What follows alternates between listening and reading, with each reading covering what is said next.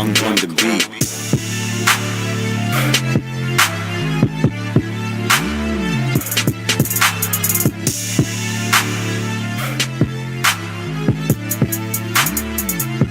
Monk on the beat.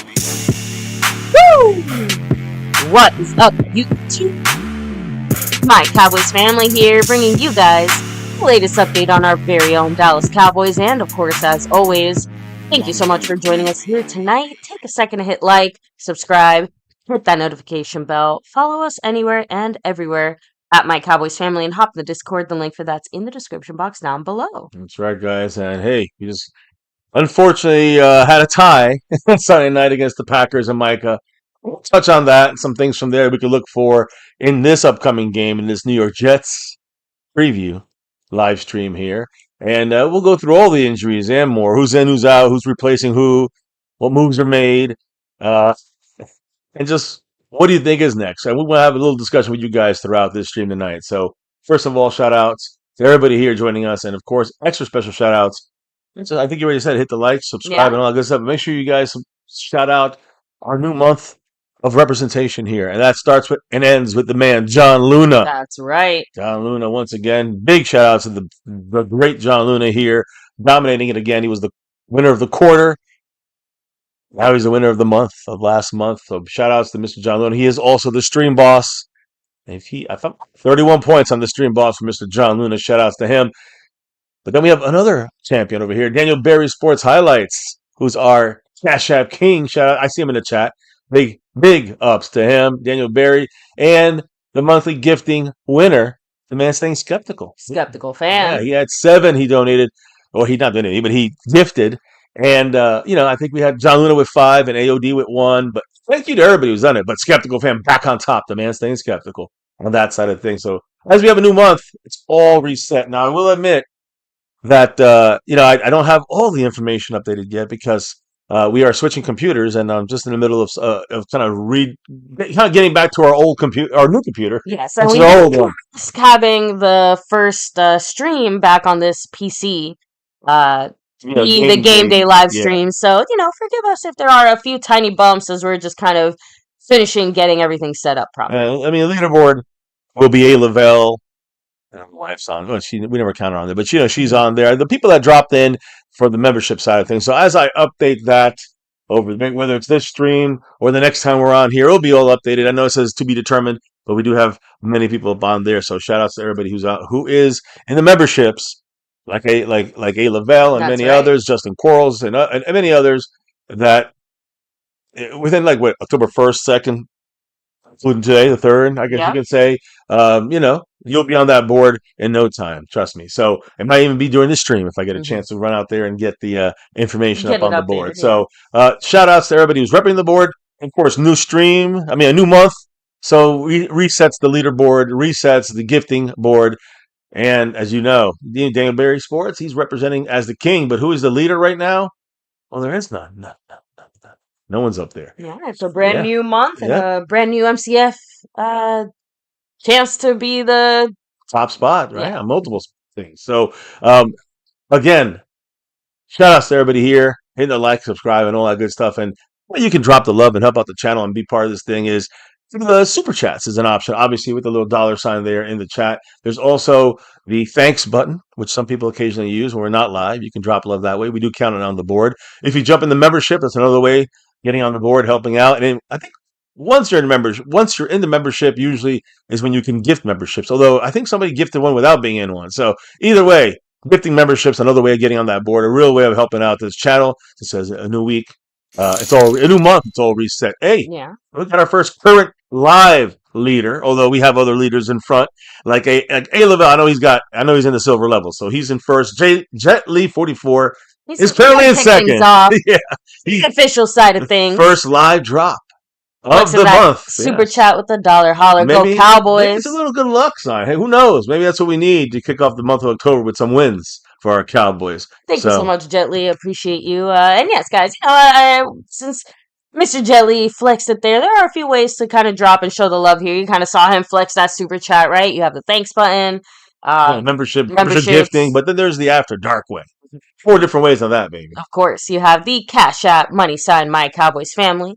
the Venmo at my-cowboys-family, the regular PayPal link, but last and certainly not least, the Streamlabs link lets your comment show up on screen just like a super chat A lot of would. different ways. And again, through any of these ways, we will count it towards the goal. You see that bullseye, that little goal up there?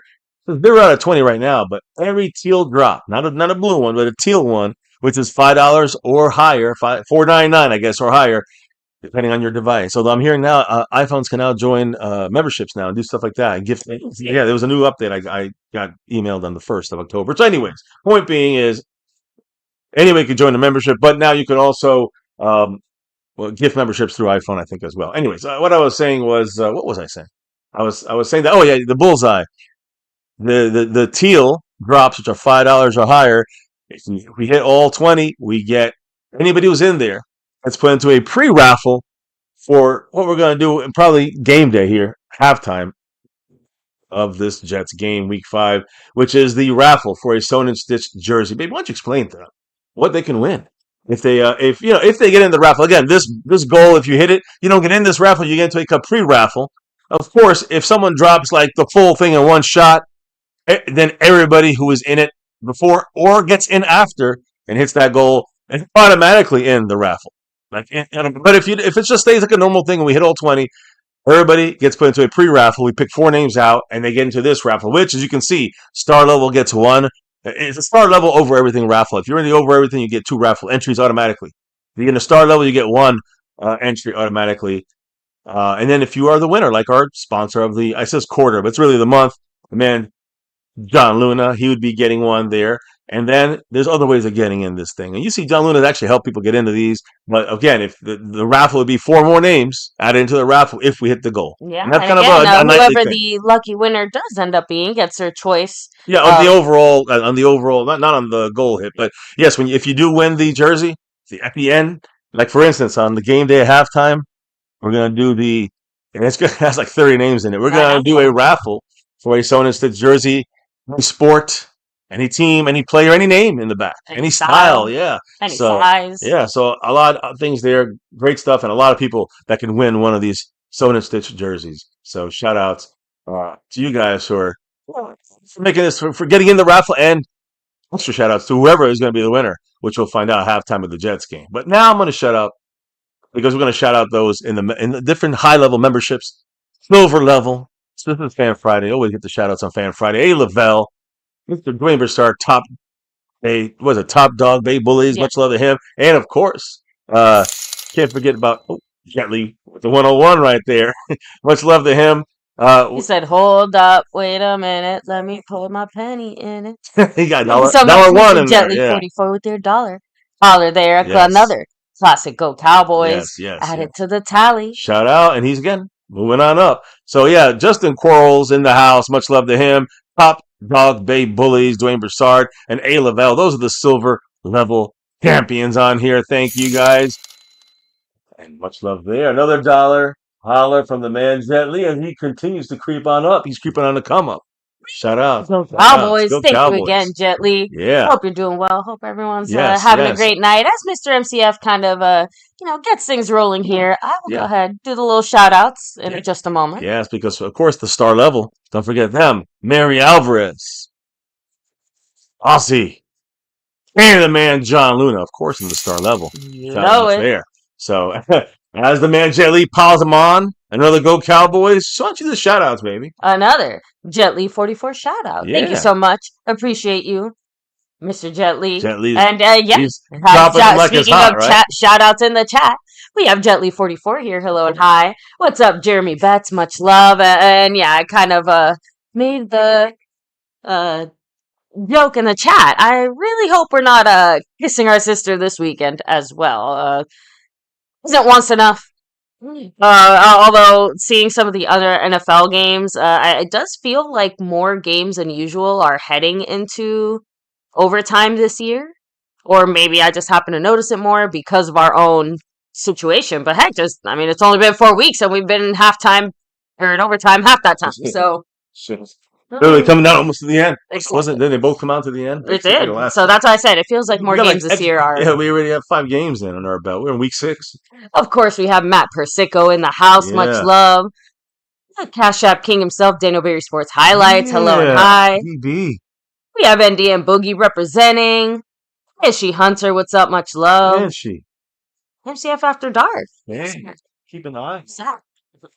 And of course, as more people trickle in, I'll make sure to, give them their hello and hi. Like I said, we knew this late night live stream was probably going to be a little bit more on the chill side. But like we said, we really wanted to make sure that everything runs nice and smooth this weekend. So we couldn't just leave everything up to chance. And we do have quite a bit of things to discuss, a few kind of post-game things to clarify and finish getting out of the way so we can move past that unfortunate tie and obviously start discussing how exactly are we going to give the Jets their beat down But now nice that to it's week come 5. out of that with a win and go, 2-2, and maybe have a couple easier games on the horizon. I say easier because they ain't gonna get much easier after this, guys. It's a tough ass schedule we got. And Jetly 44, we did not. One of the things that you have heard pretty much all week has been some really crazy, wild Cowboy trade rumors, just because, as you guys are going to hear shortly, we're kind of beat up right now. Yeah. And we could use a little bit of help. You kind of heard some comments from Jerry and stuff, but I'm going to throw this out there. No, the Cowboys have not made any moves. And as far as we know, any of the trade rumors that are going out there, kind of bullshit. Take it. Well, I'll say take. That's why I said kind of bullshit. Always take it with a grain of salt when it comes to this team, because you guys do know, like I do, that usually Jerry Jones is up to some just bullshit to get the news media kind of rolling with it, but and get us in the news. That's how he makes his money, by keeping the Cowboys relevant, but not relevant winning necessarily, just relevant in the news. So don't buy into the Jerry Jones BS. But I will say, you never know. Something could happen. I just don't see the Cowboys, specifically Jerry Jones, putting in any more money into this season. It almost feels like a money pit in a way. No offense there, but it just feels like we're like holding on by a hair, even with the good offense. How much more defense are we going to need? Is Everflux going to be enough?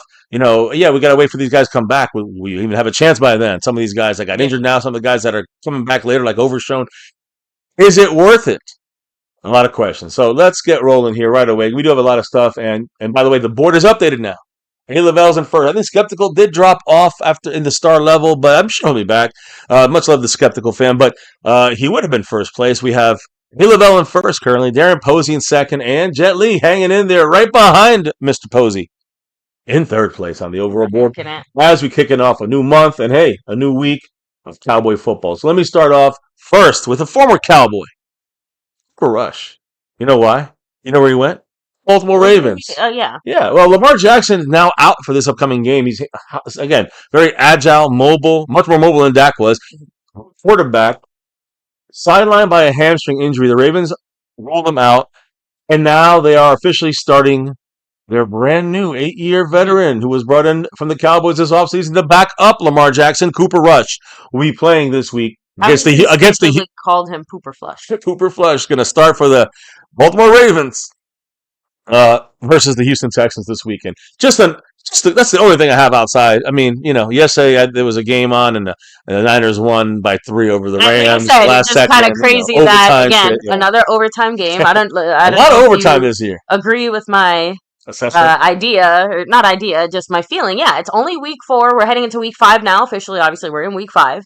Well, holy shit! How many games are going to go into overtime and get so close to still ending in a tie? Like, something about it just feels very weird, very funny. Yeah. No, I hear you. There's a lot of overtime. It's not parody, maybe. I don't know. Feeling about those new overtime rules, by the way. Chat, like, just let me know. Throw it out there. And also, baby, I think you have some information that it's about it's a new football being used. That's why Vic Fangio, guy that broke us down from the Broncos a couple years back, but he's the Eagles defensive coordinator. A new football being used, called like a K-ball or something like this. It's like a special football they're using that basically you do use only on kickoffs, but the ball or for field goals. The ball supposedly is lighter, it goes farther. I'm not sure of the details. I think you have a little bit of that information. Mm-hmm. The point is, Brandon Aubrey, guys, is named the NFC. I know we were talking about other overtime, but in overtime you need a good field goal kicker. Brandon Aubrey has been named the NFC Special Teams Player of the Month. And I'll say this once again, basically, it feels like. He was 9 for 9 for the month of September on his field goal attempts, going 4 from 4. 4 for 4 from 50 yards or farther. So Brandon Aubrey just tearing it up. Perfect in extra points, perfect in field goal attempts and made 9 for 9.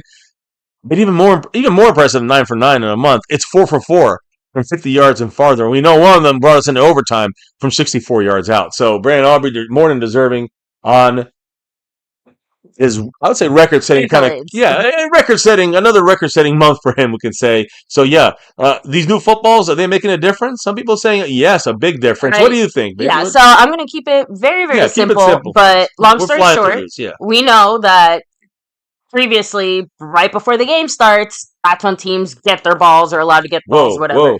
So to avoid any kind of tampering with any equipment or anything. So the new change now, only kickers, punters, like the only special teams they're allowed to keep the same ball. They're basically allowed to have like a football pet.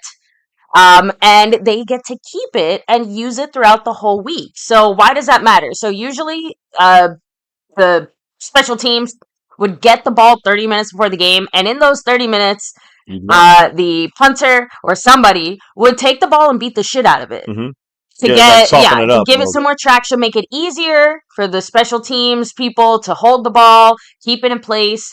So two things happened. One, with them being able to keep the ball throughout the week, they obviously kind of get to love up on the ball a little bit, wear it down a bit. So it makes it easier to hold. It means it slips around less. It means it moves easier and it's easier to kick. Yeah, by the time it gets to game day, it's already banged up and got those little differences. The ball is also lighter.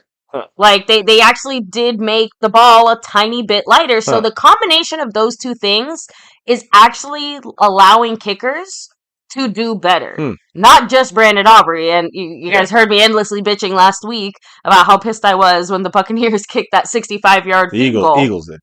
No, it was the Bucks. Oh, you said it was the Eagles against the Bucks. No, okay. All right. But yeah, it was the Bucks that kicked it. So it just throwing that out there, that one of the reasons that you are seeing just overall across the board, not just Brandon Aubrey doing better, this is actually why, and it sucks because it was actually an Eagles special teams coach that was kind of being braggadocious about it and throwing it out there. Fangio was asked about the footballs making a difference, and he said, I don't know if it was, he's the defensive coordinator for the Eagles, and he said that guy from Dallas, that guy from the Cowboys, he's going to kick it over a 70-yarder this year. So he knows, but it's also because of these footballs. It makes it a lot easier to kick those farther kicks. Yeah, so, and of course, long snapper from the Panthers has been a 17-year NFL veteran. He kind of had his thoughts just saying, like, I'm watching the numbers in the league and I know it's helping, but, basically, like, it's not only on the ball, but it definitely helps. And you can see the change in the numbers when you're talking about those longer field goals. Yeah. That's the biggest change. So the longer field goal, more opportunities for longer kicks. And, hey, when you got someone like Brandon Aubrey, can't ask for more, Yep. Love to see it. And again, especially now, I feel like special teams is definitely getting a lot more love and recognition. Thursday's game, another great example of that, because special teams bungled it bad for the Rams. Yeah, missed kicks, blocks, all that stuff. So, anyways, as our game went, and against the Green Bay Packers, as we know, the Cowboys are now 1 win, 2 losses, and 1 tie, kicking off this unfortunate first month after this 40-40 tie versus Green Bay. It's the first tie for the Cowboys since 1969. And now the Jets are we're going to be flying over to New York to deal with the Jets. The Jets are 0-3 or 0-4 now. But so you guys know, ESPN research, the only tie in NFL history before this Cowboy-Green Bay game where both teams scored at least 40 points was in 1964 between the Oakland Raiders and the New England, but Boston Patriots back then. It was 43-43 the final. So, and we have, back in those days, you don't know about this, but the AFL was kind of like this new league. AFL, not the NFL. It was NFL AFL. AFL was a lot of the AFC. There was a lot of AFC teams there, like the Broncos, the Chargers, and the Raiders. They were high flying, fast. They were high scoring.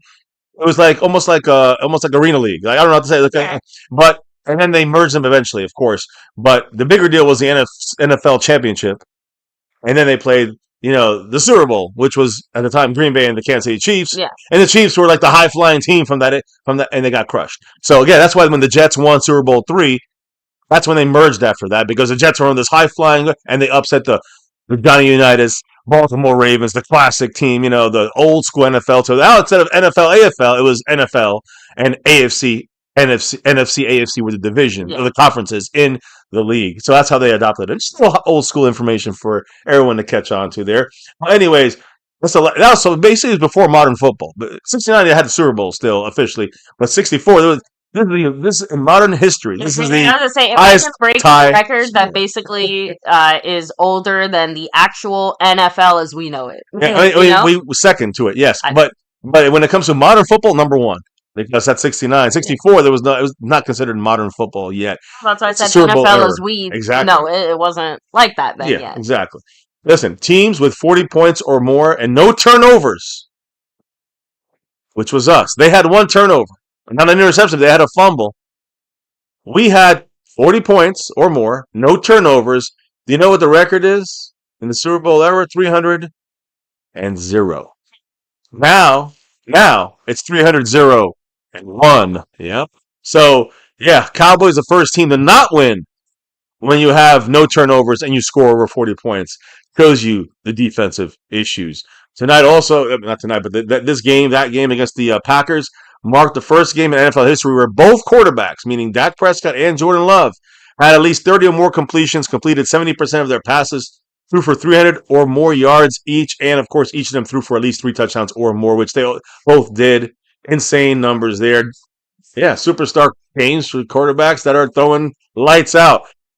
Now, Dak Prescott against the Packers specifically had a great game. I think he missed like 2 of them. He should have connected them, and I know he missed 2 other guys open. So yeah, you can be nitpicking about this. A lot of guys miss guys, but he only missed 9 passes overall. So I guess he would have missed 5. He had hit those 4 other ones. I think he could have had touchdowns with possibly, but on 2 of them.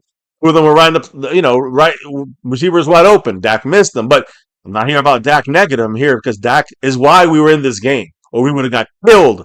And let me stress it: we would have got crushed by the Packers if not for Dak Prescott. So Dak Prescott, 31 of 40 in, passing attempts, 31 attempts. I'm sorry, 40 attempts, 31 completions, 319 yards, 4 total touchdowns because he ran 1 in, 3 passing, 1 running. He had 124.9 passer rating. Dak posted his 10th career game with 300 passing yards or more, 3 touchdowns or more, and 0 interceptions. That's a very difficult stat. You know why?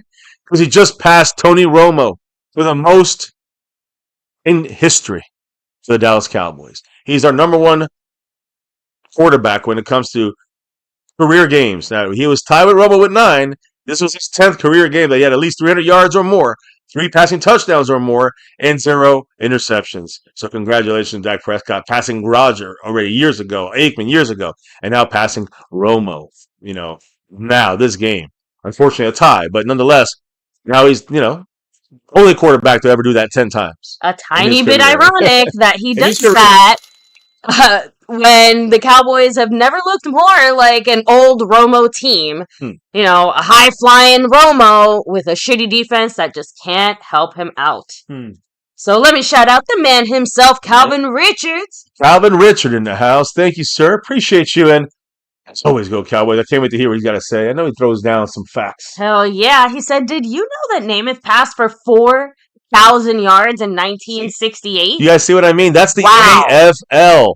That was the high-flying, crazy thing. That was the Vince Moriarty. Wasn't Vince Moriarty? The guy from the Chargers, Air Coryell. And it was just like 700 yards a game by these guys. He said it. He's like, for that time, that's impressive. That is incredible. That would be the modern-day equivalent of throwing for like 10,000 yards or some crazy shit. I'm just saying, when he threw that back then, quarterbacks are throwing for like 1,000.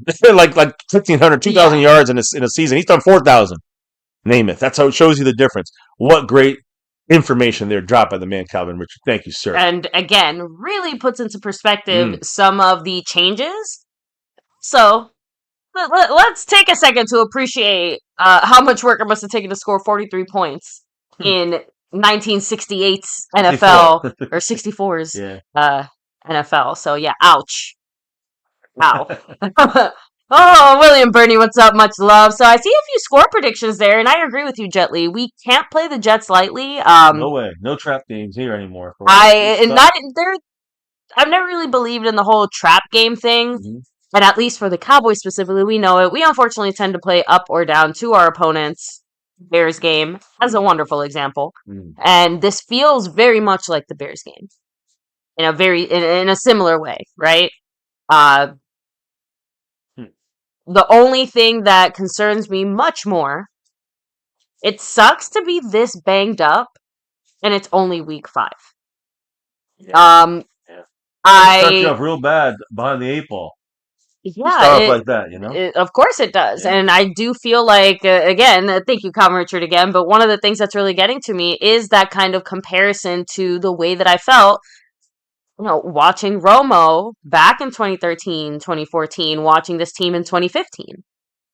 So, very frustrating. What's up, Kenzie Bands? Much love. Kenzie in the house. Again, for the most part, we like to get these kind of cowboy updates out there. We'd actually prefer to do it on Thursdays, but usually Thursday, Friday tends to work a little bit better for our schedule. Also, we have all the information, kind of injuries and stuff on Friday, so that's why I wanted to wait since there were so many injuries on the Cowboys. I felt it was better just to let's just wait till today and see who's out and who's questionable. We'd rather save it for today in that sense and actually have 100% confirmation than go live on Thursday and talk about every single what ifs and what buts and this and that's, you know. What I mean? And I'm pretty sure our Thursday live stream would have started at 1 in the morning. Yeah. Oh, guys. We're lucky we even streaming tonight. To be honest, we just went maybe tomorrow, or just at that point you might as well just wait till Sunday. If we're gonna do that. So we had too much things. We had too many things that we knew we wanted to both touch on, and like I said, we got to get the poison out. I don't care if we got 10 people here. I don't think we got 1 or 200. My thing is, I want to make sure we get our views on this, and then from there on out, anybody could think can have their 2 cents, so to speak. Or in this case, shout out to Cowboy Richard for the drop there, the $5 holler, the first hit on the bullseye, by the way. That's right. And Jet Li, I know he had a lot of drops, but he is still in 4th place now. Now Scorpio's saying we have more injuries than a local hospital. And especially the Tyler Brigade. I know we're gonna get into it, but the fact that our O-line is as beat up as it is, hands down, my biggest concern. Bigger than even CeeDee Lamb being banged up and not out there. We saw what happened when Dak takes over a game. You know what I mean? That makes a big difference. Oh, and then we got the man once again dropping it, Calvin Richard, with the dropping it like it's hot. Ooh, thank you so much. Guess what he does with that? Hitting that goal with another $5 holler. And he is tied for first place currently for Mr. A. Lavelle. There you go. Do you know what he had to say? Hit me with it. I hear Blue is going to play. Yeah, if he learned the playbook, maybe he can wear those Louis Vuitton cleats. I'm going to tell you what. You know what happened? You know how he got hurt? I'll tell you guys later. So I don't exactly know how he got hurt, but I do know that Coach is not a fan of the swag. And honestly, not sure if I'm the biggest fan of it. It looks cool. I don't deny it. Right, AOD? Hey! Shout out to you. Thank you so much for that, too. AOD. $1 holler. You know what he said? What did he say? Cowboys forever. And ever. And ever. How are you able to gift that earlier, man? I got to ask him. How did he gift his uncle membership? Works for YouTube. I don't know how he did that. Unless he goes by another name off and on. You know what I'm saying? I don't know. But thank you. Appreciate you. And again, shout outs to Calvin Richard, Jet Li, Darren Posey, A. Lavelle. You're all up on that board. Who else dropped it? Let's drop it here. Calvin Richard. I thought it was one more. Oh, Jet Li, Skeptical. No, not Skeptical. Who was it? Calvin Richard. Yeah, so I'm sorry. Yeah, and Darren Posey, by the way, because he's in the membership. So I forgot about that one. Yes, my fault. But yeah, shout outs there to AOD, Calvin Richard, Jet Li, Darren Posey, and A. Lavelle, who are all on the board. 5 right now, first place, A. Lavelle and Calvin Richard. Here, Kenzie, by the way, funny, because you know who else is not apparently a Packers fan? Micah. You know what he's been doing this entire bye week? He's in Dallas. Hanging out with George Pickens, hanging out with former Cowboys, like chilling. And I know he said it when he left. He's like, I'm keeping my house in Dallas. I'm still going to be part of the community and stuff like that. He obviously wanted to still be a Cowboy. Yeah. And no offense, I think I'd rather be in Dallas than in Green Bay too, if on my personal time. Now, back to you, my Yeah, love. let's get rolling in this because I don't. Like you said, we're gonna spend I knew it was quite gonna a be a long while one. talking about the injury situation. Yeah, we didn't even get there yet, but I do want to just finish the ugly. I know. Let's get Actually, all we the played well in reasons that. out of the way. Listen, no matter what, I do think the Cowboys played up and above against Green Bay, no matter what the final score was. But am I celebrating like a Super Bowl? Some people are. Unfortunately, that's wrong. That's dumb. But we just got to be real about it. We played up to the competition. I mean, we're a good team, especially when that defense hits. We can't stop anything. So it doesn't matter. We can score 40 points and still tie and still probably lose. So that's a problem. So, anyways, point is, Dak kept us in this game, and for that, even though even though I was a little hard on him in some plays there, I thought he could have had better connections on wide open guys, at least 2 plays, I know. and a touchdown when missing Turpin wide open for a I touchdown. don't want to beat a dead horse here, but I know. it's feeling very Romo-esque. I know, but from those, again, that 2013 season just like really sticks out to me in my head. In the way that he kind of sees the And field, because again, Romo, I remember like he had kind of a high number of picks that year. Yeah, but his stats are incredible. We had an offense that was scoring 30 plus points like every single fucking game, but apparently the defense was also allowing 30 plus points a game. So, how it goes. Anyways, my point in this is not about Romo as much. I know we touched that, but going off of this great game Dak had, Jerry Jones. Rephrase myself here. We got somebody in that star level, and it's the man Jet Li. Did he just up himself? Star is shining That's right. bright. He was in the Navy Jet Li Blue, 44 said, "I'm in this to win this." Thank you so much, Jet Li 44, leveling up. Yes. Jet Li 44 from the Navy Blue. Yeah, he's rising through the ranks. It's the Navy Blue, that silver, and that star. Over for everything. Thank you so much, Jet Li 44. Well, add that representation over here, and I believe that does put you in first place. I mean, he just jumped into from last to first, from worst to first in the leaderboard side of things. No one's worse, but you know what I'm saying. From last, blast into first place. Shout outs to the man Jet Li 44 back at it again. And yes, I'm going to update that here right now. But I'm gonna drop in the chat here, guys. Again, the membership has a few different perks if you want to go ahead and check it out. Also, 2 different levels, and if you are a member, you also can gift memberships to those who are not in the membership. Yeah, so and we got the new emojis for the anti Jets emoji. We always like to drop those in there just to say the Jets or our opponent or anybody who comes to support them. My favorite part is you can clearly tell it's a plane, but it almost looks like a dolphin, which makes it even funnier to me, at least. Because it's like the Jets are so irrelevant. Yeah, it's almost a dolphin. But no, it is, and again, it shouldn't be funny. That's a crashing jet, but yeah, they're crashing the Jets. Hopefully, after we're done with them, they'll be splattered. Anyways, the point is here when it comes to the other green team we just played, and by the way, again, shout out to the man Jet Li, John Luna. By the way, 14 points on the stream boss. Above us there, and we have 2 hits on that bullseye as we speak now. Now, Micah, Jerry Jones, a lot of heat for that Micah situation. He really wanted to win the trade. A lot of this is about if we didn't have to pay Dak, he said this basically we could keep Micah. So, Cowboys owner after the game, Jerry Jones said after talking about Dak Prescott. And his impressive gameplay that he had once again for the 4th straight week, he was asked about paying Dak and not paying Micah Parsons.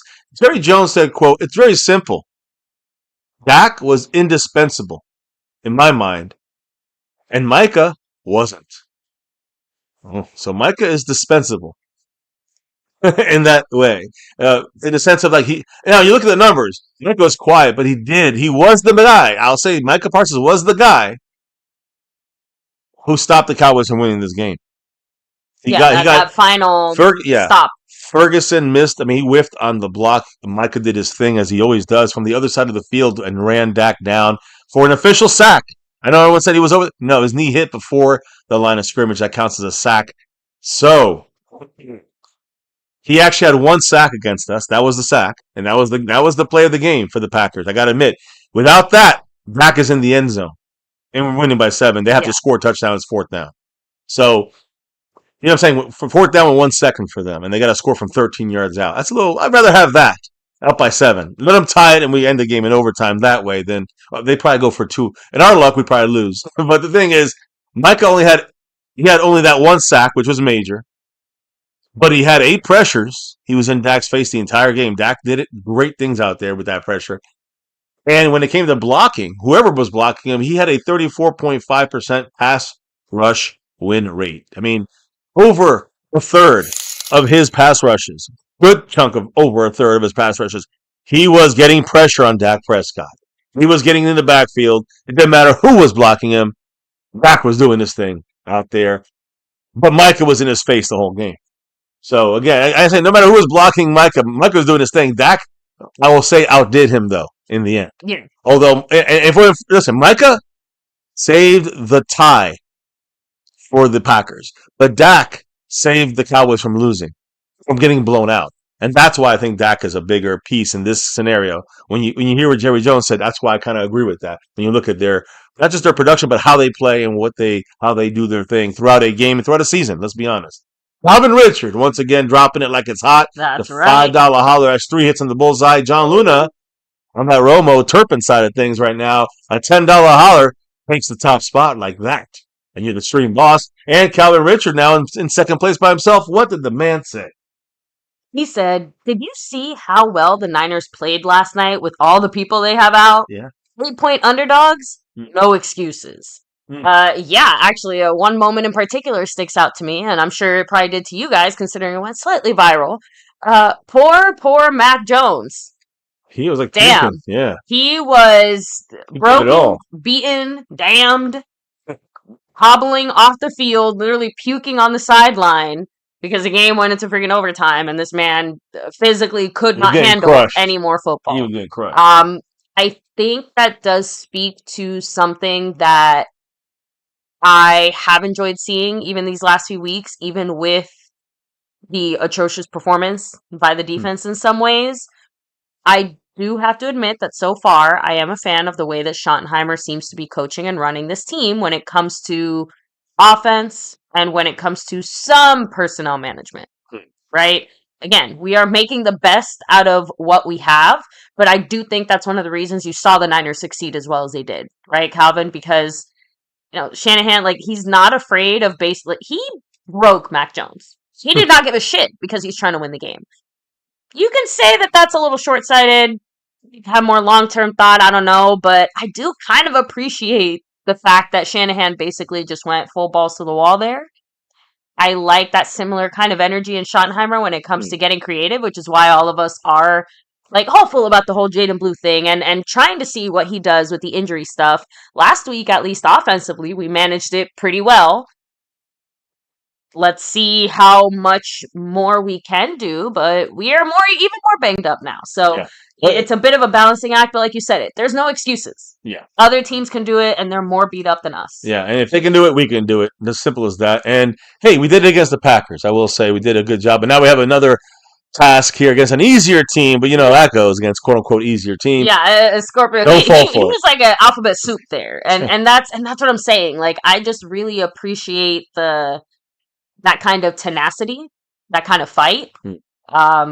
I want to see that fight in our team. I hear you. And listen, I think that we are showing some of that I agree. on offense. On defense, what the fuck's going on? So, look, through 4 weeks, our offense, let me just stay with the offense. Why not? Listen to this, baby. So I'm counting this as again, we're taking this into the Jets game with us, but through 4 weeks, the Cowboys have the number 1 offense in the NFL.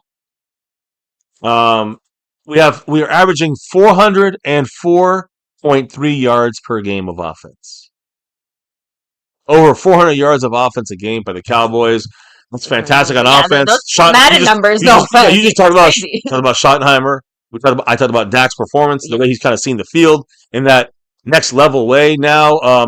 Also, don't forget about guys that are also representing our team out there. While big name players like CeeDee Lamb is out, we got guys like George Pickens stepping in, and he did fuck up that one pass against the Bears, dropping it. We were down by 3 touchdowns, but the point is, this game he finished with 8 catches, 134 yards, and 2 touchdowns. I mean, that's number 1 shit right there. Stepping up, absolutely, and I'd love to see him and Dak getting more comfortable with each other too. And he's always been number 1 guy. He's number 1. That's the thing. People don't really get it. Like that's why when we got him, baby. I know you don't like. You're like, who picked it? I'm like, trust me, this guy's a number one, and he showed it. I know it's there. It's there. It's just his attitude of throwing helmets or catching footballs. Yeah, I was gonna say I really like. I knew it's- he was a good receiver, Yeah. but I really only knew him for more of his drama. Yeah. So Well, the thing is that now those numbers, the 130. Listen to this. He tied a career high with the 2 touchdowns in a game, and he had 134 yards, the second most in his entire career. wow. Again, he listen to this number, baby. In 2023 against the Bengals. Sorry, Dave Brown. Against the Bengals, he had a 195-yard game. 195. This ties the second best, 134 yards. Again, very impressive. Great numbers there for Mr. George Pickens. Big standing up there. Again, another guy who helped with Dak, helping this team overcome the injuries. You talk about injuries. There's some of the injury things. And then another guy who had a big game was Mr. Jake Ferguson, who I said was going to have a big game. He's going to have a big game the next bunch of weeks without CeeDee Lamb because he's a guy that the Dak really trusts underneath, jumping it down, getting those first downs and 4-yard gains. You know what I'm saying? On a little rollout. So Ferguson finished with 7 catches, only 40 yards. Like I said, though, it's not about the yards. It's 5 yards a catch. Who cares? It's about the catches, getting those extra little yards. Are first down makers. Those are second down setter uppers. Those are big plays. Ferguson and Dak connecting great. Listen to this, baby. Ferguson has 34 catches so far in this season. 4 weeks. He has 34 catches for a tight end. That's the most by a tight end through 4 games in NFL history. In NFL history. 34 catches. So I said he was going to do this. I said he would be at the precipice of the record. We'll see how the end of the year goes, but these next couple of weeks are going to pump his numbers up, pump me up a lot more. Now, a tiny bit saddening, just that it doesn't look more impressive. But honestly, I know, but it's the way we're using him. I was going to say, it doesn't have to look good as long as it's effective and it works. Yeah, listen. So way to go. I think 7 of those catches, I think 4 of them are first down, or 3 of them were first down makers, and I think the other ones were setting us up for second and 5 or less. Like when I'm trying to say that, or second and 6 or less. So that's very effective. Now, he didn't catch anything down the field. He didn't catch any touchdowns. He wasn't slicing and dicing. He was just the outlet guy. But he did a great job for Dak and that, and that's all we need to do, in my opinion. Didn't he have 1 touchdown, or was that in the? I'm not sure. I'm not sure he had a touchdown. He had his first touchdown since 2023, didn't he? Oh, maybe so. Yeah, he was crying on the sideline. Okay, maybe he did. He did have a touchdown. Yes, I was gonna say I'm like, I didn't get the touchdowns. I didn't get the touchdown stat here. It's crazy, but yeah, I think he did have a touchdown. But the more impressive week 3 then that he had a touchdown. Maybe the more impressive thing, the chat will tell us. The more impressive thing than the touchdown or not, it's not important. The impressive thing, he had 7 catches. Yeah, and that's the most in NFL history when you look at the whole season in 4 weeks. 34 catches for him, and it's as a tight end now, not as a receiver. Bad intentions. I agree 1,000%. I kind of said it. It was very impressive, which is why it sucks even more that we're even more banged up heading into this week when it comes to the O-line situation. But huge shout out, like I said, to the entire offense and just how well they managed to play the game. As we shout out the offense, time to cry a little bit here about the defense, and I'm going to put up the face of the defense. I think is the biggest issue. That's Matt Eberfluss right now, and it's not all his fault. It's also Micah Parsons. But the Cowboys on our defense, after, like I said, we're number 1 on offense in the NFL. We put up 404.5 yards per game. You know how much? You know where our defense is, baby? Our defense is a 32nd defense in the NFL. That is last in the NFL. So we're the best offense, worst defense. We get 404 yards, but we give up 420.5 yards. 420. I was going to say, it was the best of times. It was the worst of times. It was high times at 420 yards. So listen, you need to be when you see that we're the 32nd ranked defense in allowing yards, but we're the number 1 offense. We still lose by 15 yards, by 16 yards. Anyways, Cowboys defense has been bad, but has it been as bad as our 2020 defense? You guys remember Mike Nolan and that 2020 defense? Listen to how they compare so far after 4 games. Okay. On third downs, I'm just going to say it like this. In 2020, we allowed 46% first down. Now we're allowing 58%. All right? That's horrible on third downs. Takeaways only had 2. That's a tie on both sides. Yards per game. We're at 420 right now. We were allowing 430 with Nolan. So that one is So worse. it actually could get worse. Well, I'm saying, but in third downs, they were better, Nolan. By like 10%. Okay. Now, passing yards per game, we're allowing 297. We allowed 258 back then. Teams didn't have to throw too much because we were getting blown out. Yeah. Rushing yards, we allowing now only 123 yards. But under Nolan, we allowed 172. Okay, so you can at least measure a little bit of success there. Okay. Rushing yards per game. Now, what about points per game? We allowed 33 under the current situation with Everfluss. With Nolan, we allowed 36 and a half.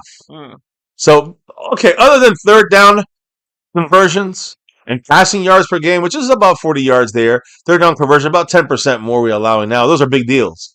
But that's the only two places we're actually worse than the 2020 defense of Mike Nolan. What I'm trying to say is they're both horrifically fucking horrible bad. And I never want to see that. Deal.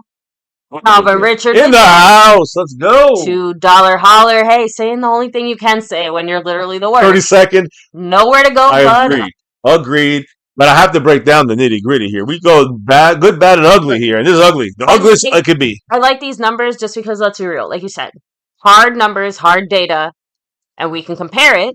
I'm going to be honest. The fact that we're just banged up. Similar. Yeah. Is, I think, a red flag. I think as the weeks go on, though, it's becoming pretty clear that Everfluss does not want to put his players in a scheme that makes sense for the personnel we have. And the personnel we have are just blowing fucking chunks. I'm gonna, both things at the same time. We need a scheme adjustment, but I'll be the first one to say I think I was putting a little too much on Everfluss. He's mismanaging our players. I agree. But man, I have seen some mistakes that I just am not sure how we're expecting Everfluss to go out there and make those plays. On the field communication, which is execution errors, and then there is coaching errors. Yeah. So we have both. Begging Everfluss, and I will we're going to get to that right now because that's what we're getting to. Even though right now Everfluss is the face of what we're showing you here. Remember one thing I'm going to say because we did play the Packers last. I'm going to say it again because it is very important to note that because of not having Micah Parsons on our team a week before the season started, that when you have your entire defense, guys, I said this during the game day. I'm going to say it for those now. We do our defensive scheme back in March and April. It doesn't change in the middle of the year like the whole philosophy. So we're stuck with this philosophy for the rest of the fucking season. The thing is, the philosophy was made with Micah Parsons as the leader in charge. Yeah. And the guy... That Micah piece as a factor. Then when you have Micah, we can play this way on defense. We can play this way with the corners, the safeties, the linebackers, and we need these pieces to complement Micah, and it would work better. And it probably would have worked better if we had Micah when it comes to the Everfluss defense. But because of Micah being there, because of Jerry Jones's mismanagement, it fucked over Everfluss, put him behind the 8 ball. And now everyone's behind the 8 ball, the players as well, including Trayvon Diggs. From a simplified player or scheme perspective, we obviously expected to have a more dominant pass rush. Correct. That's how the scheme would work. And we built our defense around that, and also kind of anticipating that maybe the run wasn't going to be stopped as effectively. Now we kind of flip-flopped. You said it, right? In the chat. Much better in the run game. We're stopping the run more effectively, but our corners are getting burnt to a toasty crisp. Yeah. Well, let's get right to the corners, because we are here. Trayvon Diggs. I'll leave Everfluss behind because he's always a problem back there. Hey, Lavelle. You know what that means? He's now our brand new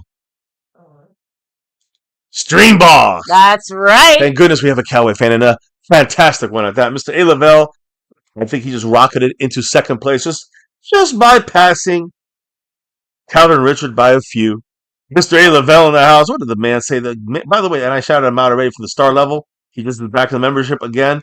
Takes over the stream boss, but he's our longest running membership guy here. It doesn't matter what level. At all level, he's the longest running member for like almost 60 months. We bow down to the great Lavelle. What did Mr. Lavelle have to say, baby? What's up, MCF and MCW? What's good, everyone in the chat? Hope everyone's safe and healthy. The rot starts at the top. Let's go, Cowboys. Yeah, and I mean, Jerry Jones is why we lost Micah, which now made Everfluss's defense that much weakened because it was planned around Micah. And it happened not a month or 2 or 3 before the season, for a week. Yeah. You guys, because Jerry Jones fucked it all up. And you said it, he hit it all. He hit it out the park as he always Other does. Personnel decisions come from the top. I've seen, like Gently44 was asking earlier, like, these trade rumors and stuff.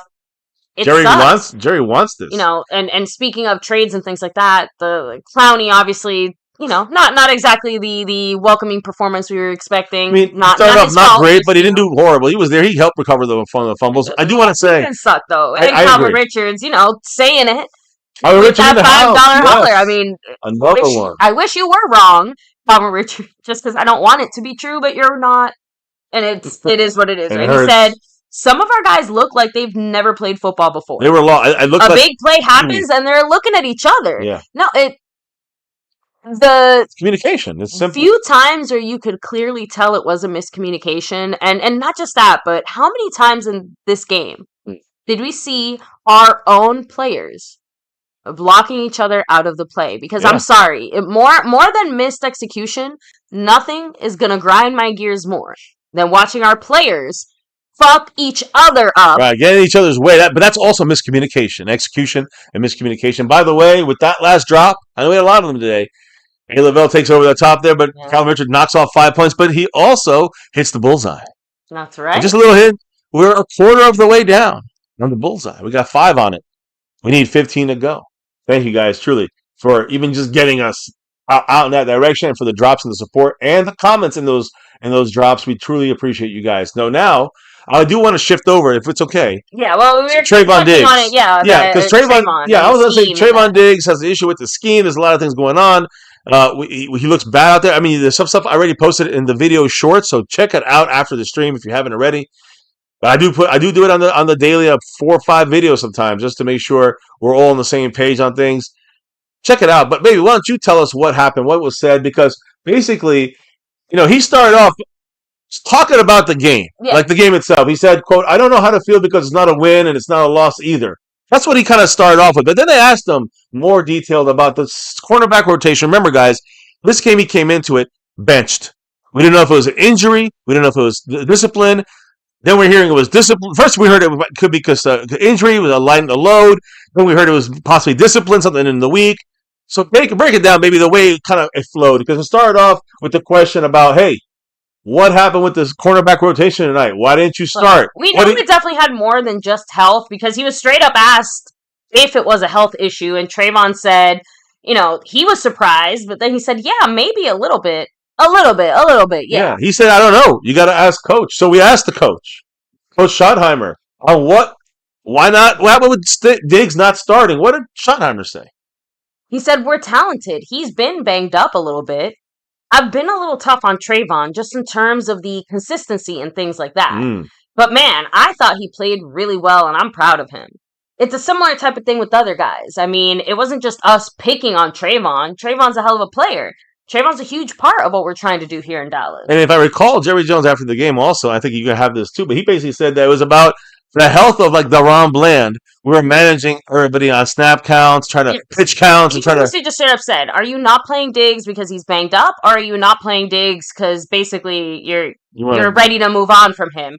Jerry said, "There's no moving on to other guys, so it had to be reps regarding health or that type of thing." And I'm pleased with how Diggs has played. So Jerry basically doubled down. But here's the interesting thing: he said that the reason he backed up Shotty, right? And said the reason that he didn't start was more about injury and lessening his exposure. Now what's that key word that you're hearing? More about. So that means that there was some non-injury reasons. And honestly, that was the first crack. What Schottenheimer said. He said he's been tough on Trayvon because of his consistency. Consistency is not injury. Right. Consistency has something to do with other shit. So, yes, guys. There's something going on, but there's more to it, though. Injury was a factor. It was not the only factor. The funny thing is, as we keep going, the next day, Trayvon Diggs obviously not starting, and it sounds like his disciplinary issues the next day on Monday, we hear, because he said, quote, "I had a rough week. I guess coach is holding me accountable. It's cool. Back on track this week and ready to work." So Trayvon Diggs, again, guys, basically sounds like a kid who got grounded. Yeah, he got but he also made a mention. This is important because this comes next. He also made a mention about, the fact that he's been a man corner, right? He's a specialist as a man cornerback, not a zone Everfluss corner, but a man-to-man cornerback. he says that's where he's done his best. And he was asked, what do you want to do about this? And he said that he asked defensive coordinator Matt Everfluss, that guy right here. Trayvon went up to him and asked them to play more man-to-man coverage. He said until then, he said he will have to get comfortable with being uncomfortable as a zone cornerback. That he will start this week against the Jets. So that's a good thing there, guys. Trayvon said, I will be starting this week against the Jets. Okay, good. After obviously we know he was benched for whatever the reasons were in the Packer game. And Trayvon also said that the coaches were holding him accountable for on and off the field stuff. So now we're hearing off the field stuff too. Is this a Cardi B issue going down? Anyways. I was going to say, like, we do know how the Diggs brothers like to get down on their personal time. So. Anyways, so Schottenheimer was then asked about, not starting him. And, I think we kind of talked about that, like the response, but it was more about like, well, I think you have the information on this. I think if it's a repeat, just let me know. But he also was asked, Schottenheimer, not just about Trayvon Diggs not starting and how he responded, but he also was asked about Diggs talking to Everfluss about changing the defense a little bit more man-to-man. So what we said about all of this stuff? So he said that we don't think that we have all the answers. The guys. Who's this? This is Schottenheimer talking about Diggs asking to play more man. To Everfluss, specifically, yeah. Okay. So he's saying we don't think we have all the answers. The guys that play the game are so important and so impactful that absolutely I want to talk scheme with all of our players a lot, and I understand that. We're trying to grow. We have not been playing great, but it's not just because we're playing zone defense. I'd be really pissed off if our players felt something and they didn't come and sit down with me and say, hey, Shotty, I think we should be doing this. Does that mean we're going to do it? Not necessarily, but I am going to listen. See, so already he's saying like, listen, we listened to him out. We might not do the man-to-man thing, but we are at least listening to guys because they do provide input. What do you think? Honestly, that's exactly the type of answer I would like to hear from a coach. Like, take player feedback, take what they're saying into consideration. And I agree with him too. I would be pissed if I had players out there that felt some type of way or knew something about something that was happening out there on the field or the way they're playing, and they didn't come to the coaches and voice those concerns. Because at that it's one we can't do anything about a problem that we don't know about, right? Yeah. And obviously, the one thing that pains me is that it seems like Shotty is kind of backing Everfluss here. Not surprising. It's not like he's going to throw his own defensive coordinator under the bus, but, I don't know. I feel like he's kind of damned if he does, damned if he doesn't. Because imagine if he had agreed with Trayvon and said, yeah, we need to put more man. He's throwing Everfluss under the bus, and he's also... He's got to go. He's got to stay with like the coaches as the parents, and the players are still kind of like the learning. I'm going to be a little bit delusional. You're not in front. Also, I think Jerry being involved is a part of it, too. Anyway, I'm sorry. I'm going to be a little delusional here. Delulu? A little delulu. All right. I can't believe we both just said that. I'm going to say that Trotty is not going to tell the whole world in a fucking press conference that he plans on changing the defense so that Trayvon is going to look better because he isn't playing more man. That's my... Of course he wouldn't give away the game plan, but realistically speaking... Whatever tweaks that happen on defense, it doesn't sound like Everfluss's plan or scheme and its foundation is going to change. You kind of already said it. We got to do the best we can. Yeah. No excuses. Yeah. I don't know. I that's why I said I'm going to just hold out the hope that somehow we are just saving whatever changes we do make and not just trying to put all our business out there. Last thing I'm going to say about this, before we keep it moving to the injuries. Yeah, I'm ready to start looking forward and let's look forward to the injuries now. Yay! So that's what we have to look forward to. I'll say this: there's a scheme thing with Everfluss, and it is some of the player communication and even execution and learning it right, and Trayvon involved, and again learning to play zone better and just got to do it right. But the thing is that I do think that this team, as we get back players, I know we're losing a lot of guys, and we'll talk about some more guys we're losing, but. Well, as we get back players, and again, the cornerback, I've been complaining about that spot because it's weak. From the beginning, I've been complaining. So Gilmore instead of Elam, that could be an option.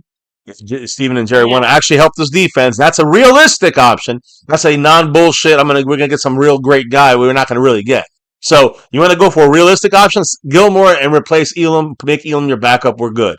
And if everyone stays healthy, we should be all right for the most part. Although I don't know how Gilmore is necessarily at this moment as well, right? So no one wants him at this moment. I think at this point we're all just in anyone but Elam who are willing to maybe potentially try. Yeah. Well, like we're willing to take that chance.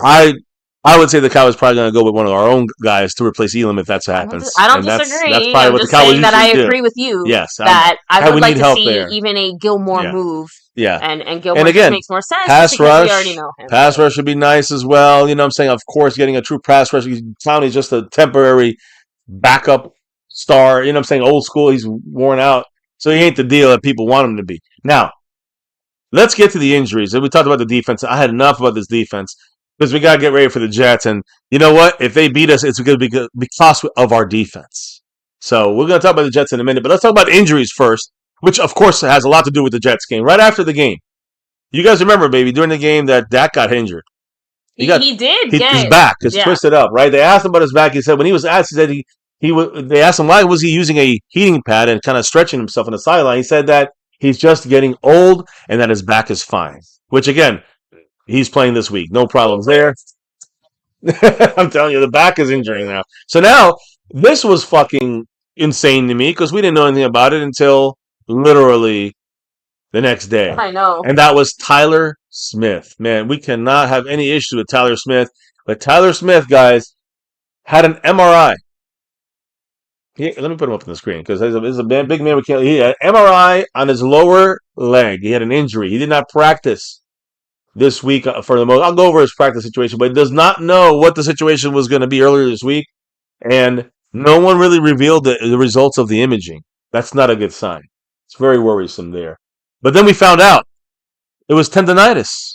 The good news and bad news. So the good news is that he should be good to play. Yeah. All right. But the bad news is it's going to be assume it's going to be an issue all season long. Is this the type of injury maybe that we can expect him to have maybe some postseason surgery to kind of maybe to alleviate it? That very very true. Yes, it could be. Okay. So as you can play throughout. An idea of where we're at. So very well could be. Very well could be. Someone just needs rest after the season as well. Do you think that's why he had a bad game? I was going to say he had 3 penalties at least. His worst game I've seen in a long time when it comes to penalties. So and just throwing this out there, I'm assuming that this is something that maybe didn't just start this past week or two. I don't know. I'm not a doctor. I don't know what's going on. But I do wonder if it also wasn't made worse by him maybe overcompensating a little bit because of all the other O-line shit that we've got going. We know that it's maybe he just at least we have an answer. That's the key here, baby. It's not a tear. It's not anything like that. It needs surgery. It's tendonitis, but it isn't that's going to be an issue throughout the season. It's equal parts good and bad in the sense of really good. It's something that he can at least big sigh of relief though for sure for this week against the Jets. They got someone named Quentin Williams in there. Okay. So, anyways, the thing is.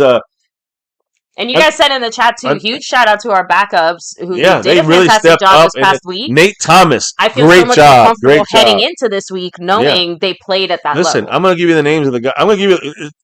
They can. So it looks like these guys as backups can hang in there for a week or two, and some of them maybe even longer. But I don't know about all of them. So let me say it this way: because we have left tackle Tyler Guyton who missed most of this game with a concussion. And number 71, Nate Thomas, not Lyle Collins.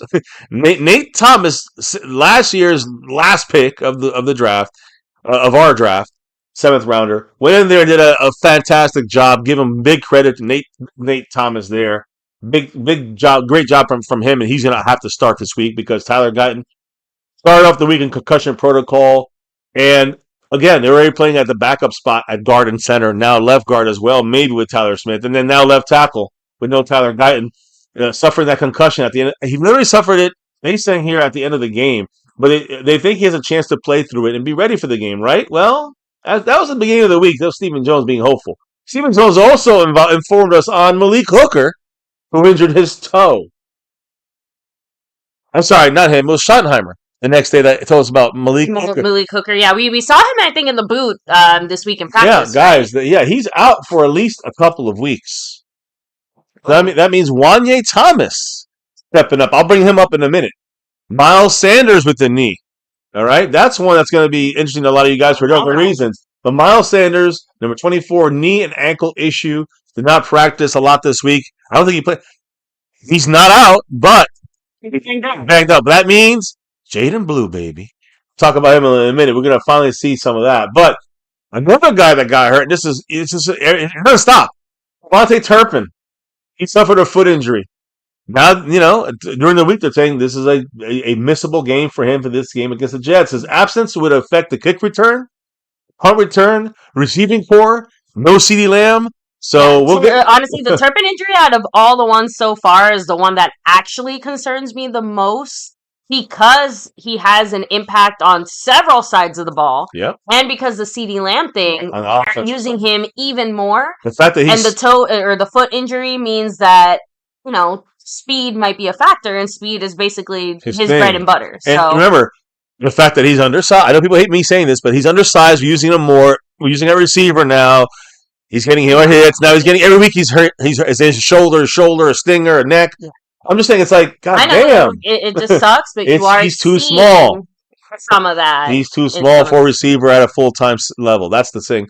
And again, I don't mind playing him some, and not stupid reverses all the time, but I just want to see him playing effective snaps, not a full game. And again, look at him. 4 weeks, he's broken already. So he's out for this game. Now, I'm going to go to that in a minute. But Schottenheimer spoke about other guys this week. And we weren't sure if they're going to be making it on the IR list and being out another 4 weeks or longer. That's CeeDee Lamb. And Tyler Booker. Well, Schottenheimer said that CeeDee Lamb with the ankle and Tyler Booker with the ankle as well, both the same exact high ankle sprains. So they're both looking and doing good. They're progressing well. We'll see how this week goes. But Schottenheimer said that they do not have any plans to put CeeDee Lamb or Tyler Booker on injured reserve, which is great news for both guys. Also, Schottenheimer today said both are trending in the right direction. Both guys are getting better. Great for CD, which was 3 to 4 weeks? But Tyler Booker was 4 to 6 weeks. And guys, both guys getting better, but Booker is no longer wearing a walking boot. So he's actually a little in front of CeeDee Lamb. So again, not playing this week, but he'll be back in 3 to 4 weeks maybe. I'm saying in the full scheme of things, maybe in 2 or 3 weeks he'll be back. CD will be back in a week or two. So good news there. No IR means they're not out for 4 weeks automatically, which means that they do trust they'll be back under 4 weeks. Yeah. So that's a good deal there.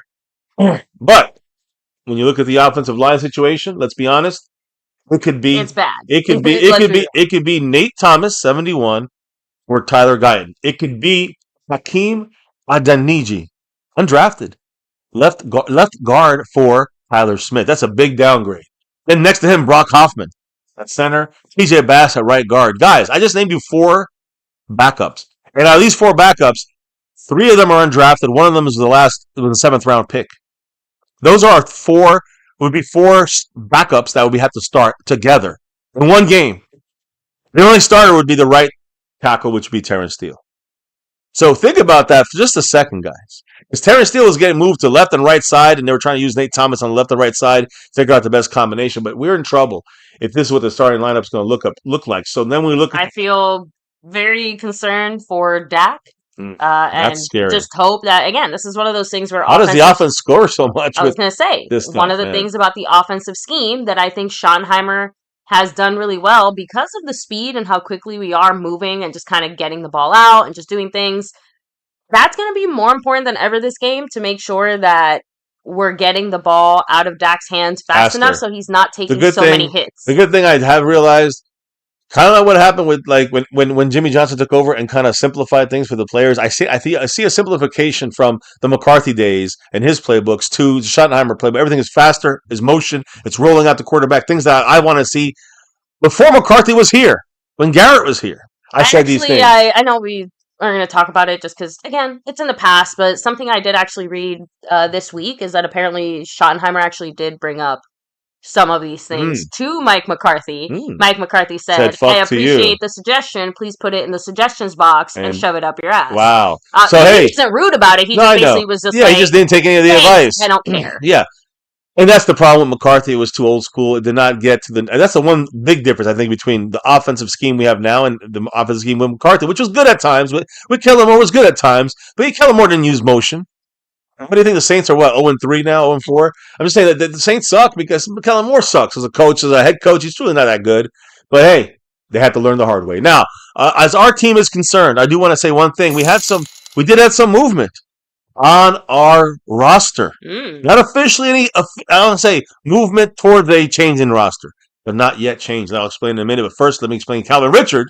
Dropping that $2 holler with that Wanye Thomas. I'm about to talk about him in a minute. Right. But he drops a Wanye. He's in second place. What did the man say? Is there any truth to the Max Crosby rumor? No. I mean, I wish we there all was. can guess, but No, I said this earlier with Jetly44 who had asked. I think he actually asked the same question. No, and I don't say it in a mean way, just in a. Right, we have to check the rumors. Cowboys have made it relatively clear. It's one of the reasons that we're both saying like, oh, we'd love to see a guy like, oh my gosh, what's his name? I can't forget. Just now I'm thinking of Clowney, and I can't remember the name that we talked about. The guy Gilmore. There we go. Stephon Gilmore, wanting to see a Gilmore type move, but the Cowboys don't seem interested in even. The only reason I would say, I mean, I don't know how much he's getting paid, but the fact that he's getting paid a lot less than Micah would be the only reason why they would use those first round picks to go get someone like a Max Crosby, who can give you the same production as a Micah. Similar production, I mean, more production as Micah as a pass rusher. He can't do some things Micah can do, but he can do more things that Micah can't do. So, you know what I'm saying? Could it happen for that mind? If you look at it, if the Cowboys roll the dice and change up their style and say, let's throw out, a first round pick and a third rounder for him, pay him what is he getting paid? $35 million. I mean, that's better than $47 million. You know what I mean? I think that could have been the Cowboys' mindset, but I don't know if that's smart. I think our front office has invested as much as they're willing to invest for this season. Well, this would be for the next this guy's career. You know what I'm saying? That's a career move because he's paid already. I'm just letting you know that I think the Cowboys have invested in this team as much as they're going to. Like, this is what we got. We're rolling with it. The Clowney move was already like pushing it. I want to say that's insane. About it. That's insane that the Clowney move is pushing it. Clowney move is getting like a third string pass rusher. I know. Listen, I do want to say one thing, by the way, and it's crazy because with that drop right there, Calvin Richard is 1 penny. That 101. And you guys saw Jet Li. Jet Li put the 101, and that 1 cent is why he's currently in first place on the leaderboard right now for the month of October. So I had to say, I mean, it's funny not to say. If I didn't say it, I'd be wrong, right? Yeah. So anyways, let's talk about a little bit of good news. Some roster changes. Well, it's coming. Cowboys opened the practice window of 2 injured players. They're coming back. Perfect tackle. Is it this week? Maybe not, but they're very close. And we don't know yet. We'll know tomorrow or Sunday even. But Jonathan Mingo, wide receiver, could not come at a better time for us. A big receiver, athletic, he can make plays, just got to stay healthy, and he could really help us with the Turpin situation and the CD situation. He's a bigger physical guy. And right. Actually, really, again, we had a good problem during training camp. Too many good receivers. Yeah. So, this is great. Now we have no receivers. Well. Mingo, though, I'll say this. He was limited all week in practice. Okay. So is he ready? He's listed as questionable for the game. He's not part of the 53-man roster. Okay. He's on the injured reserve still, but he's on the practice window. We have 3 weeks, and after 3 weeks, if we don't put him on the active roster, he is injured reserve out for the year, basically. So obviously, see him back by next week just because of the injury. At the very latest, it'll be next week against the Panthers. That's his old team. That's crazy. But he could be back this week, this Sunday. So there's a chance for that. And then the other guy, Kalen Carson, cornerback. Another position of need that we kind of would like to see what he can do. He had a good kind of rookie year, got hurt, and got hurt again last year. I'm just saying the injury thing is a thing for him. He is now on the 21-day window, practicing with the players. When I look at Kalen Carson and how he's doing, he was also with that knee injury, limited all week and is questionable for this game. So both guys, if they are ready to go, they will have to take a spot on somebody on the 53. And Malik Hooker is still in the 53. Okay. So when you put Malik Hooker on IR, you can move Mingo or Carson on there. And same thing goes for anybody else of these injuries I'm about to go through. If anybody's got a 4-week injury, you move one to IR, and you move one of these little asterisk players, like I said, Kalen Carson or Jonathan Mingo, or both, to the 53-man roster. Right now, they're not on there, though, currently. So, we'll see what happens.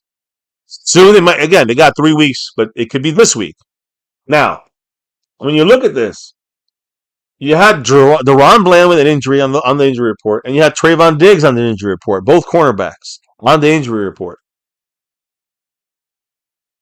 Trayvon Diggs was limited the first 2 days, full practice today. Deron Bland, full practice all week. Just it's no injuries, what I'm trying to say. They're good to go. No game designation. Those are the only good 2 news pieces right there. And of course, like I said, Kalen Carson, Jonathan Mingo. As questionable, that's good news for them since they can be eligible to come back on a roster. But now let's go through this very long list of guys that are questionable and ruled out. Let's start with the ruled out guys. These guys are not playing. CeeDee Lamb, we knew that. Tyler Booker, we figured that. We knew that. Tyler Guyton did not get out of concussion protocol. He is out for this game at left tackle. That means Nate Thomas stepping up, has to do another good job there. Devontae Turpin, receiver, ruled out for this game. Yeah. Malik Hooker, our starting safety, ruled out for this game. Again, that's one of the lesser ones. People wanted to see Wanye Thomas. We're going to see Wanye Thomas. Number 2. That $2 holler by Calvin Richard. You know what? So, I'm not even against it. Malik Hooker's playing so bad. I genuinely am down with giving Wanye Thomas a chance to suck either just as bad or be better. Or suck just as bad and then get better. Right. Like, it just, there's only potentially up to go. Wanye Thomas did play this last game, a lot of it, and he did very well.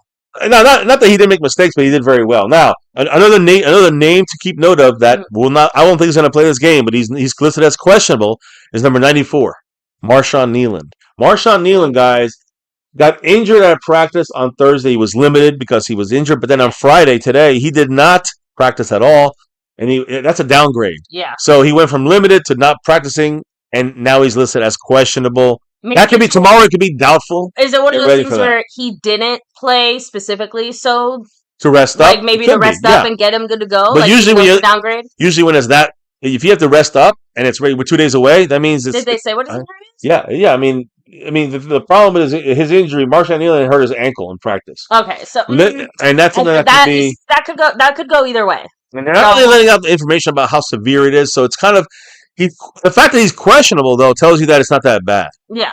But I'm going to go on the rest probably made it better, and that's why he didn't play. And that's the other thing. And again, remember today, it's usually a walkthrough on a Friday.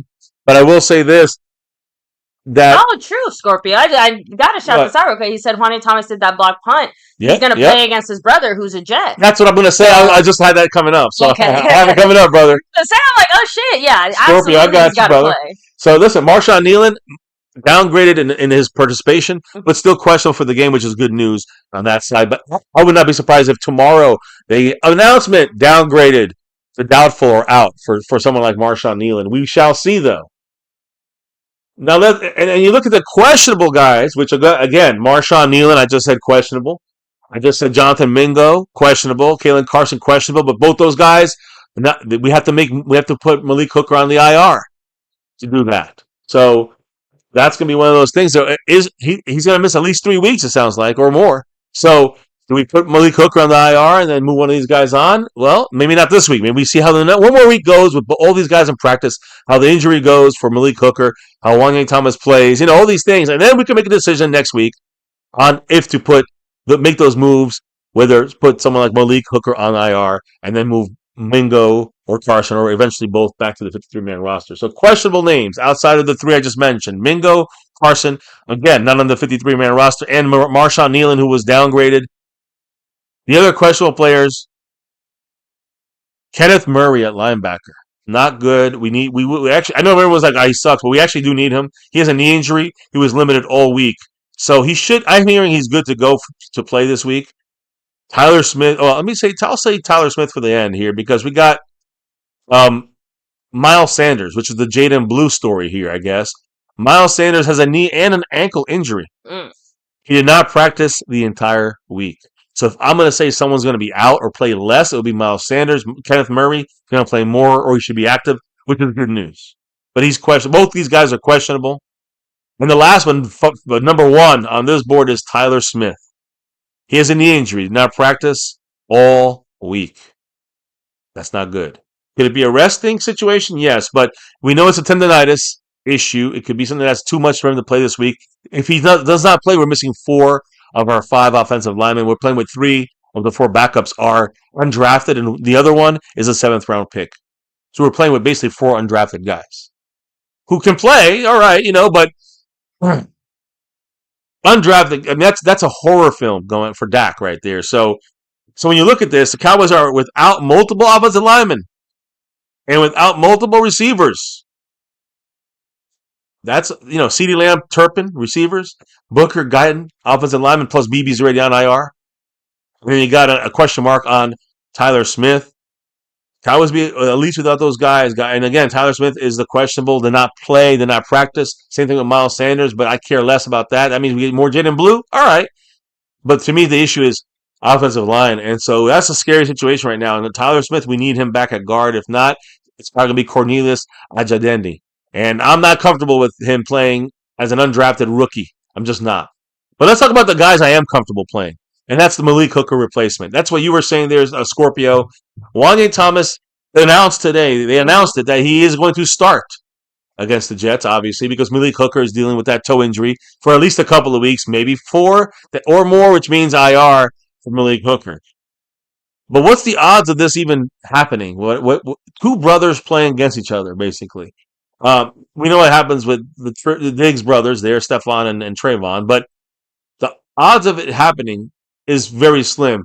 Wanye Thomas, these guys I think they're both undrafted, I'm not mistaken, but Wanye Thomas at safety and the Jets cornerback, Azare Thomas, going to be opponents on Sunday, and they are living that dream. So it's crazy, right? That you have basically an undrafted guy like Wanye Thomas. I love it. Again, and his brother both playing on the field at the same time against each other. It's a Shakespeare play, two brothers on opposite sides of the war. And it's funny, they both play defense though, so they're not going to see each other play. They're not play like a Trayvon Diggs, Stephon Gilmore is against each other. Yeah, but this is not really against each other. Anyways, so what's the deal with Miles Sanders? We talked about offensive line already. I'm done with that. We talked about now, different options there. But what about running back? And that's Jaden Blue. And that's where Jerry Jones actually kind of spoke about the situation there. And Jaden Blue spoke about his own situation. Yeah. Jerry Jones was on 105 to the fan, and we're going to spare you anything he said, except that he said, quote, that Jaden Blue is, quote, more than likely to play on Sunday. So, again, with the Miles Sanders injury, it makes sense he'll get some snaps. He's not going to start. It's going to be, Devontae Williams. He's the guy. He's like a top 10 running back right now, Williams. But Jaden Blue will get some snaps. What's the deal, though, guys? Though why he's gonna make his debut against the Jets on Sunday. What did Jaden Blue say about all this stuff? So he said, "I'm very excited. I was waiting for my time. I stayed patient. I was told to trust the process. I knew eventually if I stayed consistent and worked hard that time would come. So, I'm glad he at least, seems to understand how there's a reason why I heard he was not consistent and issues. He had some issues. There was some a physical issue going on with him. Yeah, so he decided to do, and you guys already know it. You all saw him, right? The drip is undeniable. But unfortunately, I want him to play football. I don't care about swag or swag drip. has a price. Because his feet apparently are fine, according to him, after he got blisters from wearing those new Louis Vuitton custom Nike cleats. Shotty gave him a pretty hard time about it and did tell him, quote, that's part of what you deal with young players. But quickly he changed his cleats, and amazing, the blisters weren't as bad. Huh.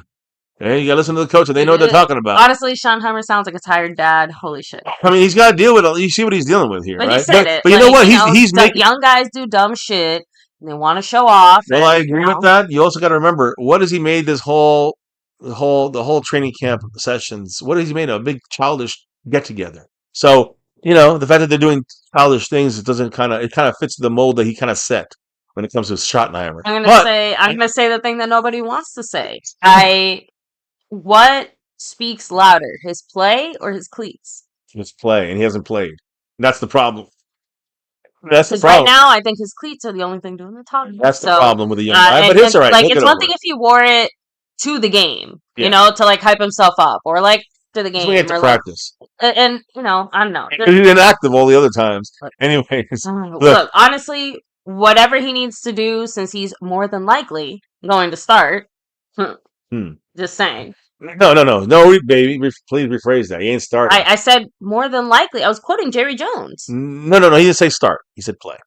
He didn't say start. Oh, yeah. Yeah. I want to make sure we don't miss important words right You're there. right. You're right. There is a difference. He's going to real play. He's quick, going to take some snaps from Miles Sanders. Seabass said worried about his glow up rather than the team and the game. Can't have You know, I just thought it was dumb of Blue, but you know, one strike.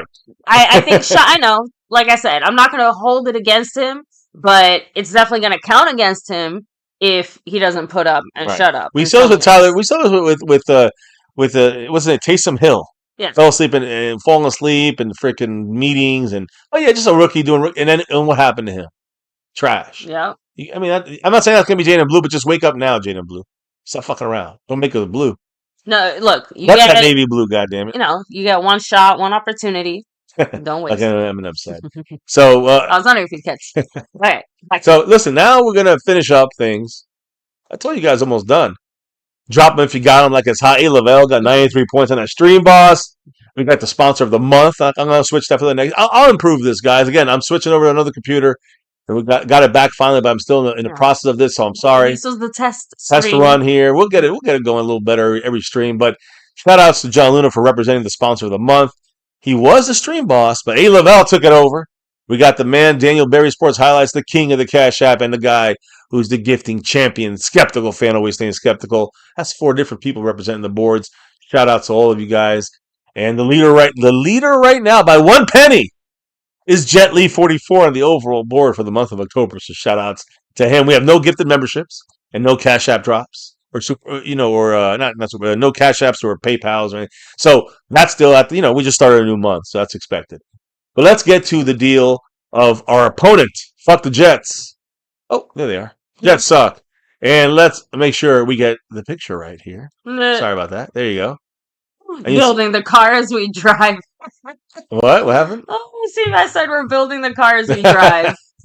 So what's up, Element Prod Production? Obviously. Element. Thanks for hanging here with us. And yeah, again, definitely the right place because as you can see, we can spend 20 minutes talking about a singular cowboy topic here. If we just didn't have a time limit, and there's a point in our streams we go 3-4 hours on this thing. I remember back in the old days.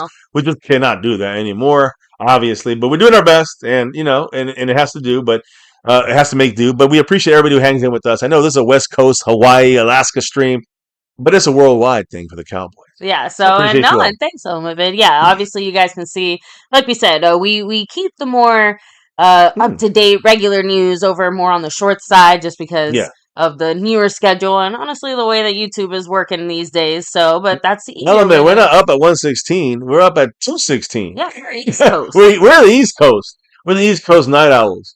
So, anyways, let me break it down at this when it comes to the Jets. I'll do this as quick as possible, as painless as possible, or some things that are actually good. Yeah, especially with our injuries. Let me know what we can actually expect. Well, again, injuries. We'll get to the matchup stuff in a minute, but let me just get to some basic good things, I guess. Okay. First, Dak Prescott. When it comes to all-time rankings, he's first in completion percentage. But I'm talking all-time rankings as Cowboy quarterback. Okay. All right, let me rephrase that. Completion percentage, 67.1%. Completions, 2,901. Passing touchdowns, 219. He's second in that in Cowboy history. 219 touchdowns. Oh, of course, Romo's the one in front of him, and he'll catch Romo. Third, passing yards. He's 32,556 passing yards under his belt. He has 4,325 passing attempts. That's third best in Cowboy history. And total wins, he's fourth best in total history. That's why I said that he's our third or fourth best quarterback in our history between him and Romo. And he'll probably pass Romo. So he'll probably be our third best quarterback in the Cowboys history going into this game. I'm going to tell you some reasons to be positive about the offense. Let me tell you some positive things. The Cowboy offense is scoring 28.5 points per game this year. That is fifth most in the NFL. That's top 5. The Jets defense, and they are 0-4, guys. The Jets defense allowing 31.0, so 31 points per game. At least in the 3 games. I didn't count the Monday night game, but they're allowing against the Dolphins. They allowed, I think, a little less than 31 points, but they may be allowing about 30 points per game. But the point is, that's fourth worst, maybe fifth worst. They're bottom 5 in the NFL. We're top 5 in the NFL when it comes to offensive scoring. They're bottom 5 when it comes to defensive scoring or defensive allowing points. So they will allow 30 points a game. Against our Cowboy offense, they're in trouble. So, but again, that offensive line makes things a little more equal, a little more even. Now, Cowboys offense, we've scored on 49% of our drives this year. Think about that, guys. Basically, half of our drives, we've scored points. That's a lot. That's a lot of points right there. That is third best in the NFL, in case you were wondering. Listen to what the Jets do. The Jets, their defense, have allowed scoring plays or touchdowns or field goals. They've allowed scores on 54% of their opponents' drives this year. That is the third worst in the NFL. So, I mean, this is pretty easy to figure out, guys. On offense, scoring points, we're fifth best. We're top five. They're bottom five in their defense and allowing points scored on them. When it comes to scoring on drives, we are third best. We're top three in scoring on our drives. 49% of the time, they are third worst.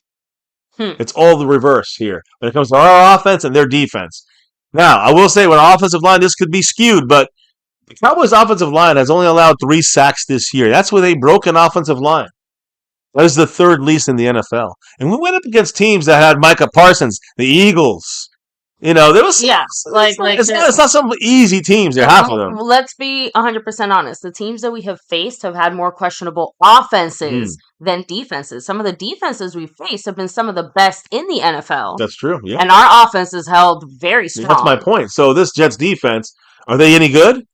The Jets defense has registered 4 sacks this year. That is the 4th fewest in the NFL. So again, we're the third. We only allowed 3 sacks. Again, we might have 4 undrafted guys basically on our offensive line this week. Last week we had 3 of them.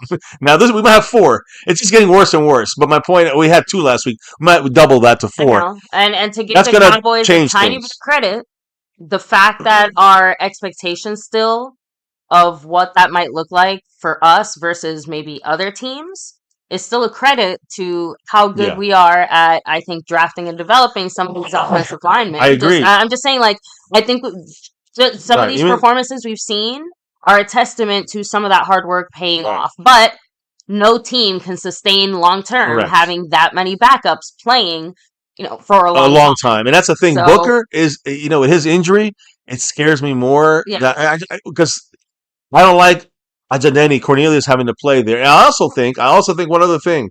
Tyler Smith is a key. I agree. So Element Production said, do you have news of Ravel, Carson, and Mingo? Are they playing on Sunday? So again, when it comes to Mingo and Carson, I talked about them earlier, but Jonathan Mingo and Carson are on the 21-day active window. That means that they're still on IR. They're not on the 53-man roster. I talked about Malik Hooker's toe. If we see Malik Hooker in that toe injury, so we got at least a couple of weeks. They're saying at least 3 weeks. If he goes on IR, he misses 4 weeks automatically. But that means we have an open spot on our roster. So maybe we're waiting to see how Wanye Thomas does. Usually the Cowboys make a move like this sometimes on game day, on Sunday or Saturday night. So there's something to keep an eye on. But if we move any player to the IR or we have to cut 2 players to get both these guys on our roster for this game on Sunday.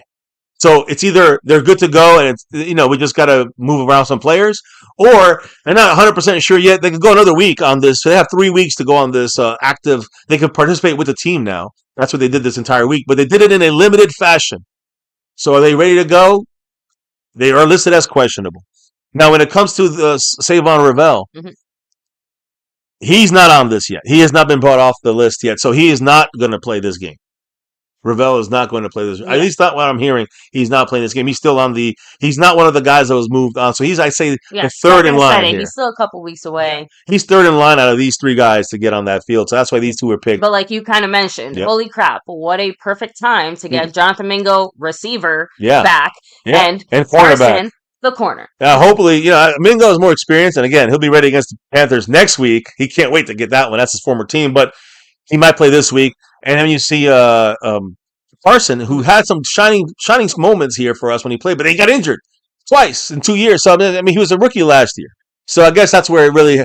And then he played well, and then got injured, never regained himself. And then now, as you can see, major injury, he's going to be out. So the thing is, I don't know how good he'll be coming back from injury. I'm a little more nervous about him. I don't look at him as a starter yet. I look at Mingo though with the injuries with CD and Turpin out for this game.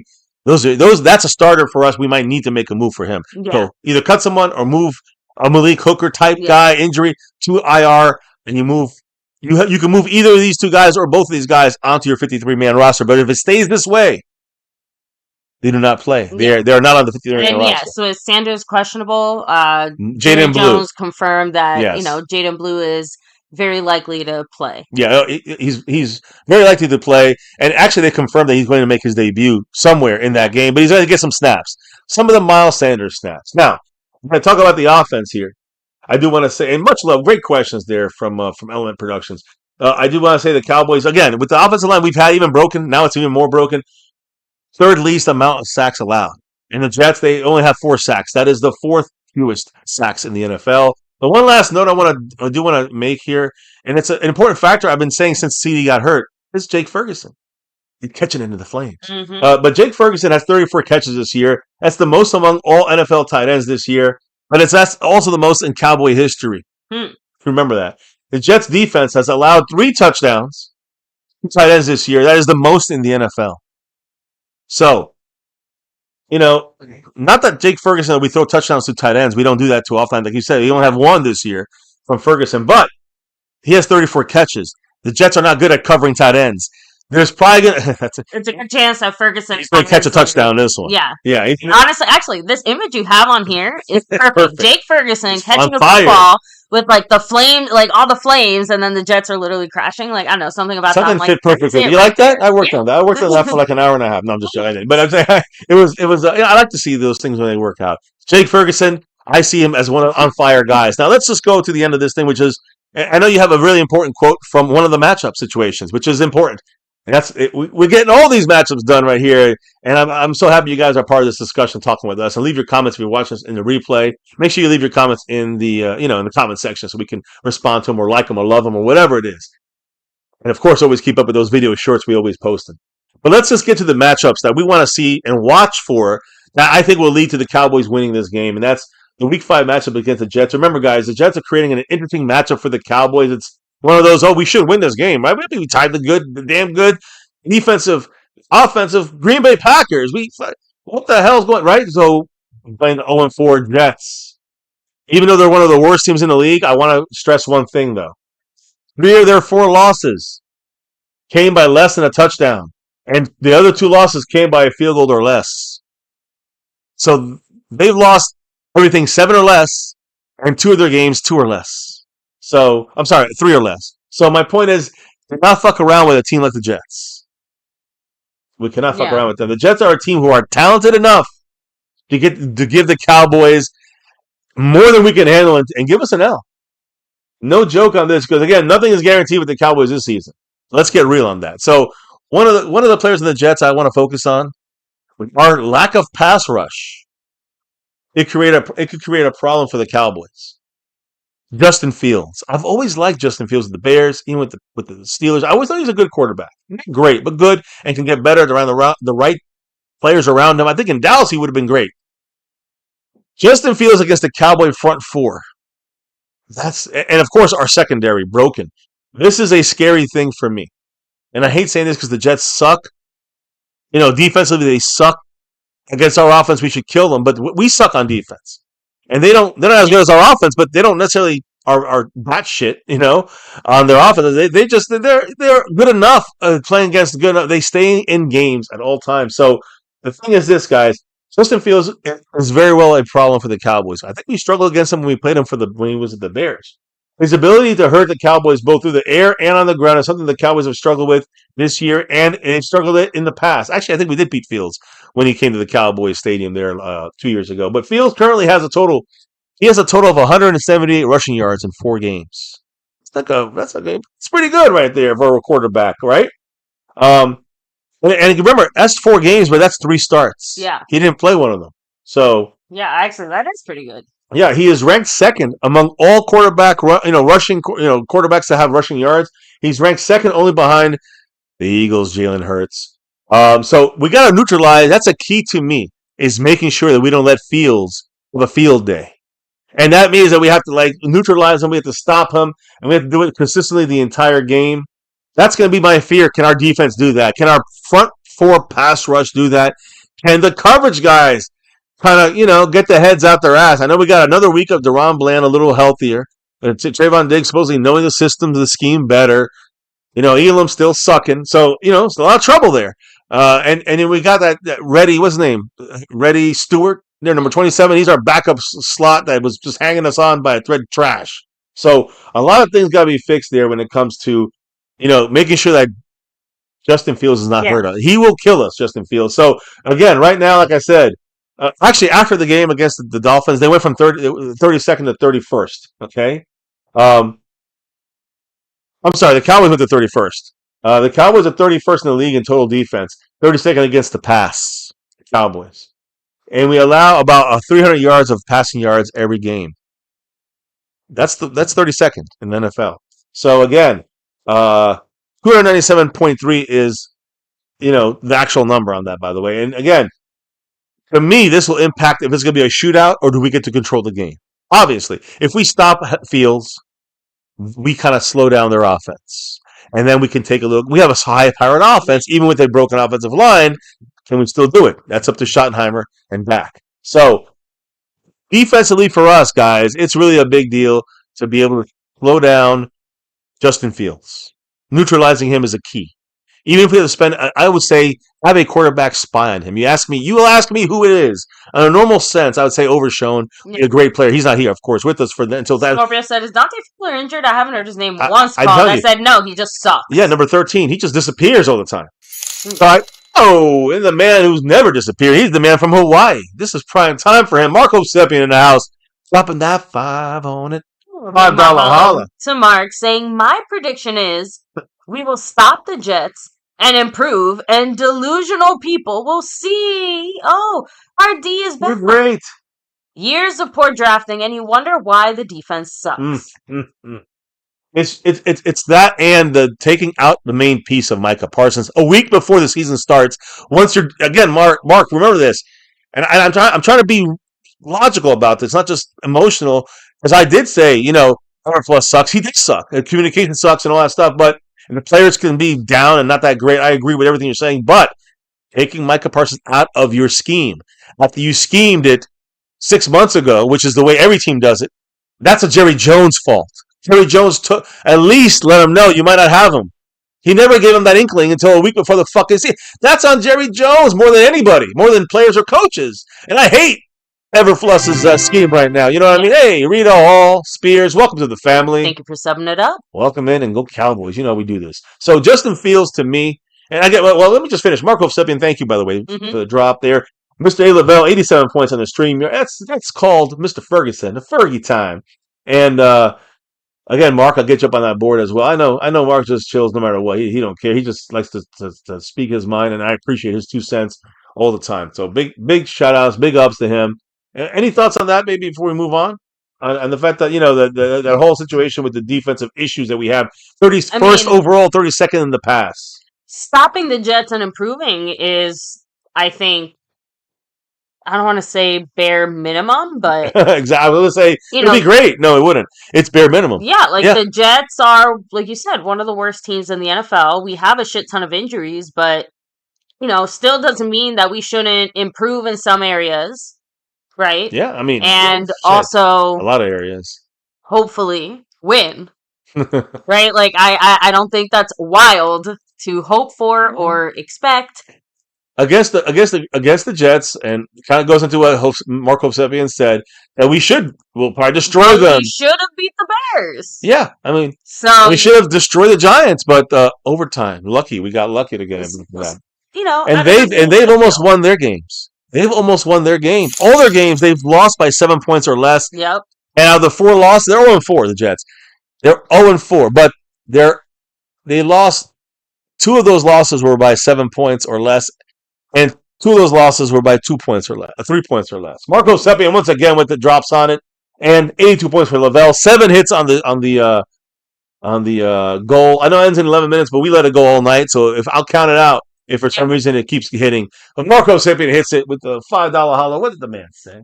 I agree with the Jerry Jones thing, but we didn't have what defensive linemen are doing. Exactly.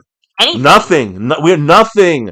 Not 100% agree with you, Mark. No one is coming Sam through. Williams is a big disappointment. Nealon's hurt. One guy gone should not make us have, Mm. the 32nd ranked defense. Some people are going to say debatable, but no, you're right about that. He's right about that because run defense is, top 12 or something like that.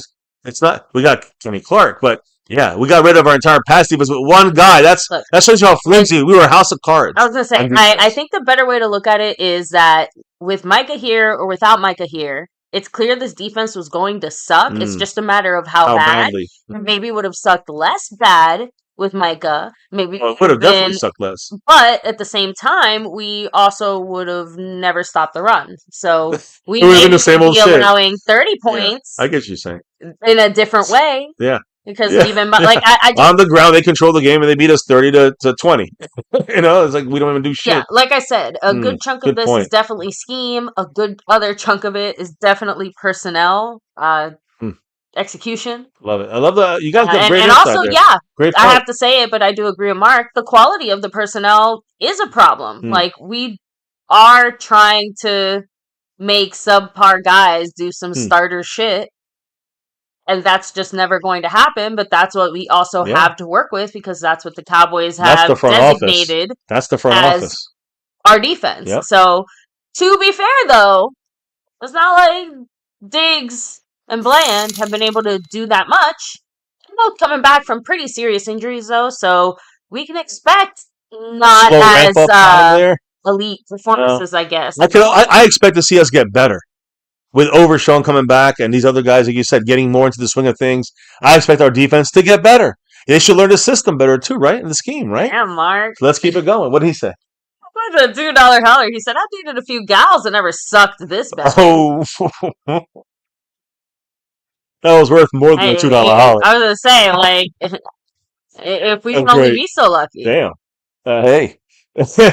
Listen, Mark, thank you for the insight there. Oh man, I love you guys. You guys are awesome. Hey, look, by the way, Mr. Lavelle has 80 points. By the way, with that Jets burning him. And yeah, it's hard to have much success. Doesn't matter where your offense is ranked. If your defense is 32nd, that's it. Like we can talk about things that have to happen on offense as much as we want. But we're gonna talk about the offense. But I just want to say, on defensively, we are 31st overall, 32nd against the pass. Top half of the league against the run. Thank you, Kenny Clark. But shout out to everybody here joining with us. Let me actually take a second here. We haven't done it in a while. Not just, hit like, subscribe, hit the bell, all that other, YouTube stuff. But a shout out to the people who are representing things currently, right? Like the man John Luna, the sponsor of the month, representing here on the MCF side of things. The sponsor, I know it says sponsor of the quarter, sponsor of the month. Shout out to him as well. I believe he's the membership gifting champ as well. No, skeptical fan. That's right, skeptical fan always. Staying skeptical. And A. Lavelle did take over as a stream boss, repping those 80 points there. And Daniel Barry Sports Highlights is their Cash App king at this moment. So just want to make sure to shout them out, give them a second there. And shout out to everybody here in the chat hanging with us, especially on this extra late night stream. If you're feeling that cowboy itch and you just had to let it out, thanks for somebody here with us. We do the late night thing here if you guys don't know already. Some of you guys already know the deal here at MCF. By the way, I fixed the sponsor of the month now, so it's not so confusing. But yes, that is the Justin Fields factor is the guy we have to meet. We're not going to stop everyone on their team. They're going to put up points against our defense, but we cannot let Justin Fields control the game. If he does, it's a shootout and it's going to get ugly. I don't know if we can keep up. I don't know if we can with all our injuries on offensive line and the rest of this team. Marco Seppian dropping another 5 on it. Well, thank you, Mark. Appreciate you with the $5 holler. He said, with Jerry Jones, I will have a relationship with it. With Jerry Jones, I'll have a relationship with a cheese grater before this guy does the right thing. And I do blame our drafting department. Nothing is panning out. Yeah, no, I always said that I like Will McClay and what he does. I mean, he's done something out of nothing a lot of times because of Jerry Jones. But yeah, he's been falling short as well. When you put everything on a guy to figure it all out through drafting, eventually it's gonna he had 10 years of pretty good guy, pretty Hall of Fame guys here for most of these years. And then you started seeing the cracks, and then you started seeing the thing fall out. You know what I'm saying? So, I don't know. We'll see what happens. I one thing that I will give him credit for is our offensive line, like I said, because right now, between our starters and our backups, what they're doing has to be commended, not just from a drafting perspective, but from a coaching perspective, like and a player perspective, right? Like, just saying, agree. like you said, most teams can't have 3 backups out there on the O line and still have the type of game they had, right? And shout out to Marco Seppian again with the $2 holler, big mahalo, saying, is our run D better because teams are pass happy on us? I think we've seen our run defense get better. Yeah. Like, we've seen them actually get through and stop and get tackle for losses. I mean, we've seen them get better. Exactly. But like, it's not just because they're able to pass easier. Yeah. They're not able to run effectively even when they need But isn't that crazy that we make teams one-dimensional, force them to pass, and we can't stop the fucking pass when we know they're gonna pass? Exactly. That's what's upsetting me. That's actually the bigger problem. Yeah. Because before it was we couldn't stop the run even when we knew they were gonna run. Now it's we can't stop the pass even when they know they're gonna pass. What the fuck? So we've changed the schematics. So listen, let's change topic from like, you guys want to talk about the offense, our offense, we'll talk about it. But I just want to say our defense, which sucks dick, is going to determine the pace of this game. So if we can slow down, just a little bit of slow down some mistakes. We need some issues from Justin Fields. If we do that, we can take hold of this game. That's it. When it comes to defense and stopping these guys, we'll stop their run game. You know what I'm saying? We'll do some things on defense, but when it comes to stopping the pass and Justin Fields' running abilities, scrambling, we always have problems with that. That's where he's going to hurt us and kill us. Now, let's flip the script. Let's go to our offense. And the biggest thing, everything's going to start and end with one thing: our broken offensive line. It's pretty simple with that. So the Cowboy backup offensive lineman, mainly inside, versus defensive tackle Quinnen Williams. This guy's a beast. He's a monster. I mean, Mark wanted him over here. I think Marco Seppian wanted him over. I've talked about, we almost traded for him. Quinnen Williams is a crazy great player, but he's going up against Brock Hoffman, who's, showing out for what he is, overachieving. I'll give him credit. Yeah. He's been filling in admirably for Cooper Beebe the last couple of weeks. And again, we know Beebe's out for at least a couple more weeks with that high ankle sprain, but Brock Hoffman's been filling in. And TJ Bass, right next to him to his right side, also filled in nicely for Tyler Booker last week, playing the Packers. So, all right, pretty good against pretty good defensive fronts there, or defensive linemen. We've had some tougher defenses there inside, but we've never faced any defensive linemen specifically. Even the Giants, Leonard Williams is very good, great actually. We have faced Leonard Williams, but Quinnen Williams is an All-Pro.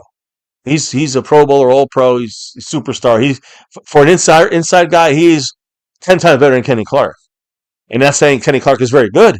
He is very good, but it just shows you that how good Quinnen Williams is.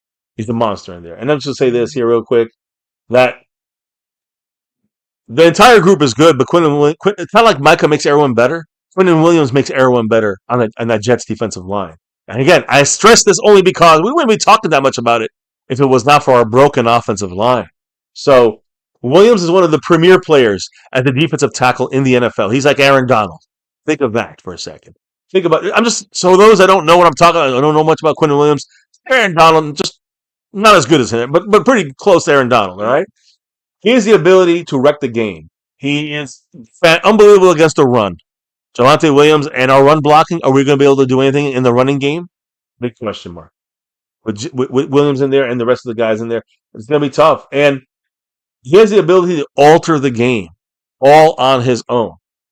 The Cowboys will need both Brock Hoffman inside and TJ Bass inside to his right to be at their best to keep Quinnen Williams at bay, or it will definitely negatively impact our game plan for both the run game first and then in turn the passing game. And by the way, let me just say this. This is not even throwing in the fact that we're going to have an issue with, are we going to even have Tyler Smith in this game? If we don't have Tyler Smith, Quinnen Williams is even a bigger issue. And then forget about Tyler Guyton. He's out. He's not, again, Williams plays inside, so unless it's a stunt, he shouldn't really affect the outside. But if he does stunt and go to the outside, Nate Thomas better be ready. So we got a lot of issues just because of Quinnen Williams. One player, like we just talked about, Micah Parsons. Yeah. You take him out, and look at our defense crumble. You take Quinn Williams out of the defensive line, they have good players, but they will be hurting.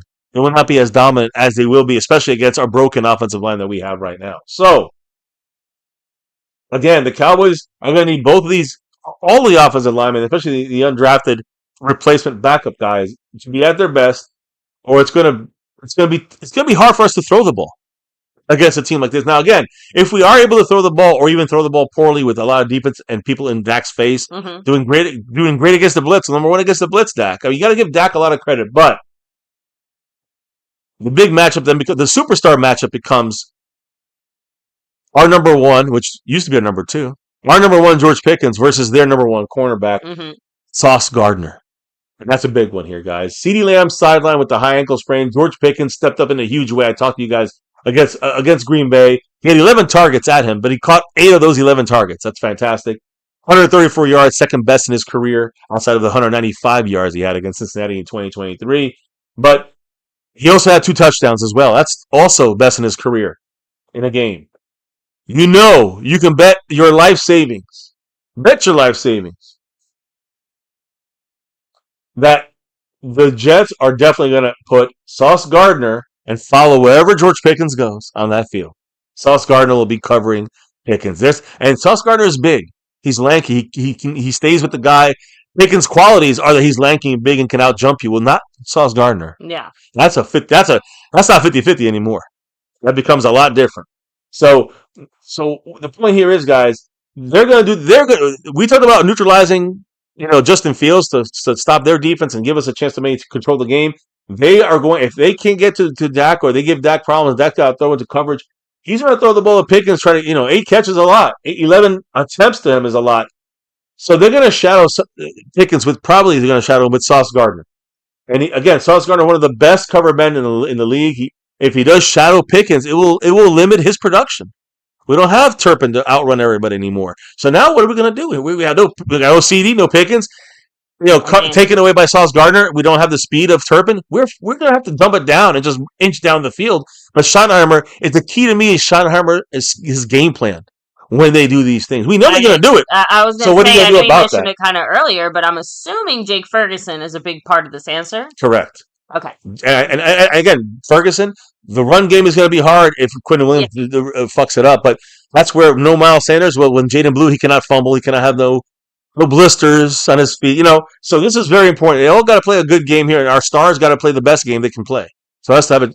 I hate to say they have a chance against the Jets, because there is some real issues when you look at our great offense. But then when you look at no CeeDee, no Turpin, 4 offensive linemen missing, how long will it before the bow breaks and the cradle will fall? So, and you're looking at a defense that has a good defensive line with Quinton Williams, one of the best, and you look at one of the best cornerbacks in the league, and Sauce Gardner covering only one guy they got to worry about. They actually have to work CeeDee and him. That's a whole different story. But they got to worry about one guy, take him out the game plan, and that's with Sauce Gardner. So it's hard to really know exactly what kind of performance to expect. It's just, and that's a little fearful for me. We all said we should beat them, but it's not a trap game. There's no more trap games. We're the trap game for some of these teams.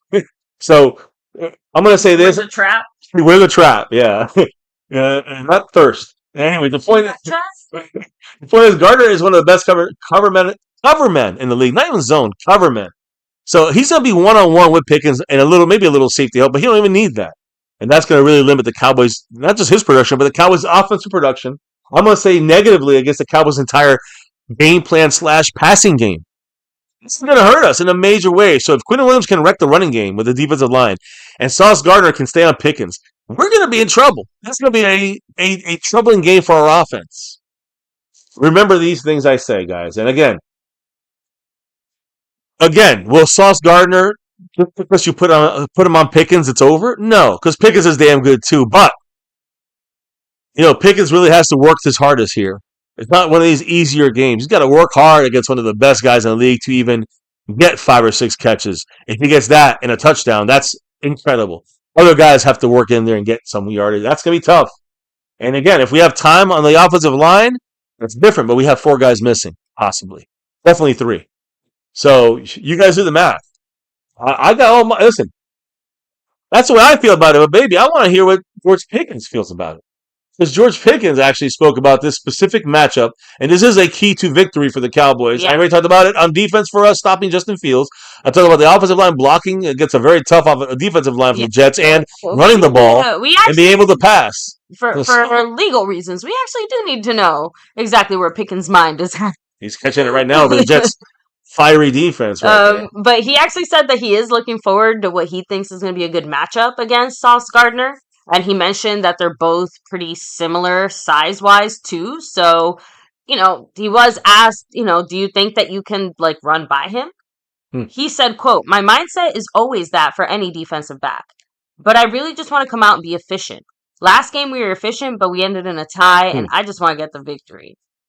He said, as far is he excited to kind of face more man coverage? Remember, I just talked about Sauce Gardner. He's a man-to-man specialist as well. We talked about Trayvon right on the other side. Trayvon Diggs doing that and hoping to get help, and no help for him. You got to get used to it. Well, Sauce Gardner, he's allowed to play. He's allowed to play man against him. Yeah. One of the best man players in the league. So again, when he's playing man against someone like Sauce Gardner, what did Pickens say? That's what I'm saying. This is actually a pretty epic matchup when you consider just the one-on-one there. And obviously Pickens knows that because he said, is he excited to see more man coverage? He said, yeah, most definitely. I'm most definitely excited to see man coverage because it's just one-on-one. They play a few zones, but I'm definitely excited to see man. And then Trayvon Diggs, of course, he must have we have a saying in Spanish, that say your ears itch, your ears tingle when somebody's talking about you or talking shit about you. So Trayvon must have felt that too. He's got that for man coverage. Man coverage. I just said it. Do you feel like you're in your bag? Pickens said, "Yeah, most definitely. I'm definitely in my bag." So Pickens basically saying, "Hey, you know what? I can get this guy. I can get Sauce Gardner 1-on-1. Give me a lot of 1-on-1. Exactly. That's all he wants." And hey, you know what? I feel good. He could win about 60% of these. Not just that, but honestly, if he's feeling good about the play, as we know, Dak is playing better than ever. Yeah. And on top of that, we've seen their connection continuously get better and better. Like you said, just popped off in this last game, even if it ended in a tie. Oh. So. By the no, exactly. Having such a great game by Pickens at the end in a 40-40 tie, it's kind of depressing there. So. Yeah, Scorpio's right. Shotty has been a pretty great play caller. Agree. Like I said, agree. That's why I do agree. He's been doing on offense. I agree with him. Working tremendously. I agree with what Scorpio's saying. He's saying that he finds a way to get his points through this motion offense and getting the little yards down the field until the big break comes and Dak knows when to see it. And making the most out of all of our players. We've seen Flournoy and others get involved in the offense. That's exactly what you'd think you'd want to see from a team with as much or an offense. Let me be specific. An offense with as much depth and talent as ours has. I mean, I just mentioned it earlier when we were talking about the Mingo thing. We have a real problem picking out receivers because we had a lot of guys that were actually playing pretty well, even if obviously well is in a fourth, fifth receiver level, but that's still something to be commended. Those are the positives, but again, we know the realness here is that look, it takes more than a good offense to win football games. Exactly, and that's what I want to say. We're talking about the issues of our offense right now against the Jets defense against these two players, Quentin Williams and Sauce Gardner. But that's the thing, though. We have also, the whole stream I've been talking about how the Jets defense sucks so bad. Yeah. But that's with our offensive line working better, and that's with, that could literally make a difference in a game, no matter what the stats say. So yeah, we have the best offense. They have the worst defense, or one of the worst. They allow scores 54% of the time, but that could be different. It's not going to be as lopsided because of our offensive line issues. CeeDee Lamb, we can overcome that, but then we have Turpin. So we have that issue too. On offense, a lot of issues. Now, will Shotty be able to get us some points? Yes, I do agree with Scorpio, but will it be enough points to match what the defense is going to allow to Justin Fields? If we don't stop Justin Fields, we have to score 40 points. We have to score 35 points. Can we do that with 4 missing offensive linemen and 2 starting receivers gone? That's the question. That's the question we stay with. So if you're asking me what my prediction would be when it comes to what's the final score, I don't know. I don't have one. I'll wait till Sunday before the game to give you any little inkling of that because it doesn't matter what we think. It's unpredictable right now. If the Cowboys can get a little run game going, that changes the whole entire game, and we should win. because now they got to bring extra guys in the box. Now we can hit other players on one-on-ones along with Pickens. So it's kind of makes things a lot easier. But it all comes down to the offensive line. And again, if we can get Dak time, then it doesn't matter about anything else. If we don't have Dak time, then yeah, a touchdown in 3 or 4 seconds, but he has 2 seconds to throw the ball. So a lot of that offensive line, the defense, assume they're going to allow 30 points. Yeah. So we got to score 31, 35 points. It's about how we're going to do that with a broken down receiving situation and a broken down offensive line situation. Mingo coming back, a big watch for this upcoming game. At least it can help a little bit rather than what we have now. It helps more than what we have now is the point. We have 3 receivers on this 53 right now. That's going to play in this game. That's it. We have what? Pickens, Tolbert, Flournoy. That's it. Everybody else is not playing. 3 receivers. We're going to obviously bring somebody up from the practice squad, but we're going to have to do something about get someone like Mingo on as our fourth, as our third receiver of the 4, and Flournoy is the 4th, and then we can see go from there. You know what I'm saying? And then mix him in and get him some snaps. So that's what I hope. On offense, we can stay close on offense. We'll stay close in this game and probably win it. If it's a battle of points and we can get some points, we're going to win. But expect a shitty offensive team overall, not offensive, but a shitty team overall with Fields and the inability of our defense to stop anyone. Expect it to be close just based on that. And if we cannot get anything going because our offensive line can't hang with 4 broken guys and we can't throw the ball because Gardner's got Pickens out and we got Turpin and CD out, then we actually will be playing behind a lot of this game. So that's the 2. I can't give my opinion on that, but I just hope we win and rep that star as always over everything. That's it for me, baby. Last couple comments. Any last thoughts? Scorpio said it. Shoddy game plans and comes prepared. Eberflus doesn't seem to care when I watch his interviews. He makes no adjustments at all. I am not happy. Halftime he has made some adjustments, but overall per game, no adjustments. So I'm with you there. But by the way, a quick shout out here. I almost did not say this. I gave the heart, gave the love, but I got to announce it here. The man, Daniel Berry Sports Highlights. Well, Daniel Berry. He is the Cash App King, but he also dropped a $2 holler. He said 2. Go for 2. But shout outs to Daniel Berry on that board there with that $2 holler. Shout outs to him. And hey, maybe he'll go back to back as our Cash App King. He's the leader right now with 2 on it. Anyways, we're wrapping it up, baby. We're done. I got all my news out. You got all your news out. Yes, I did. You guys got all your questions out, baby. Any last comments? Any last shout outs before we shut it down? No, I want to run through the shout outs here and just say thank you to everybody here chilling, hanging with us. Can't wait to see you guys on game day. Let's go. Early game, 1 o'clock, 12 o'clock Central there, 1 o'clock Eastern, 1 p.m. Yes. Scorpio, much love, of course. We have Marco Seppi and a big mahalo. Yeah. Steve Bass in the house saying defense needs a 365 turnaround. Yeah. Oh man, it's more like, how about this 366? Because this shit's like a leap year or something. I don't know. Well, we actually see this every 4 years. It was Mike Nolan. Now we see this. Oh, there you go. Actually, there you go. Maybe it is a leap year. Defensive, disgusting leap year. Cowboys run on their own schedule, of course. Oh, sorry, had to throw that out there. House Nelson, what's up? Much love. We have Element Production. What's up? Thanks for hanging with us tonight. We have. Let me see. I know we have more people in the house. Let's scroll back. Juan Carlos representing. Dropping those emojis, by the way. Calvin Richard, much love. Calvin. Chris Plumage representing. Chappelle Hannon, hello and hi. Chappelle. Bad Intentions, much love. Jetly 44. Of course, Mr. A. Lavelle. Stream Boss, 73 points now. There you go, Tyler Smith. Meatball Ron, hello and hi. So, and yeah, I think we're also interested to see how Fields looks against our defense. Sniper 1, 2, 3, 4. We have True Cowboy, AOD, Kenzie Bands. Let me see. I can't go back any further than that. But thank you again to every single person here hanging, chilling with us. Again, we appreciate you all for taking the time out of your day, your night, or wherever you're at. To come and hang with us and discuss your Cowboy thoughts and opinions. Yeah, there's a little after party sometimes. 44, much love. I'll be having a little after party on the MCF After Dark too. If you see it down there, you see it, then you know what to do. So, find us, search for us. I don't really post the link. I try not to advertise it too much, but it is a non-football discussion. Usually some drinks, some other things, and some fun, some music, and even some politics, some discussions. You never know, but if you know what you too late. That's for my insomnia. Don't really have the wife on there too much. It's just an MCF one here, but hey, we talk the football here, keep everything else out of it. Over there, we keep everything in it and keep football out of it. So, whatever suits you guys, it's always a lot of fun. And hey, it might be a short stream over there tonight, a little bit of music, a little bit of chilling.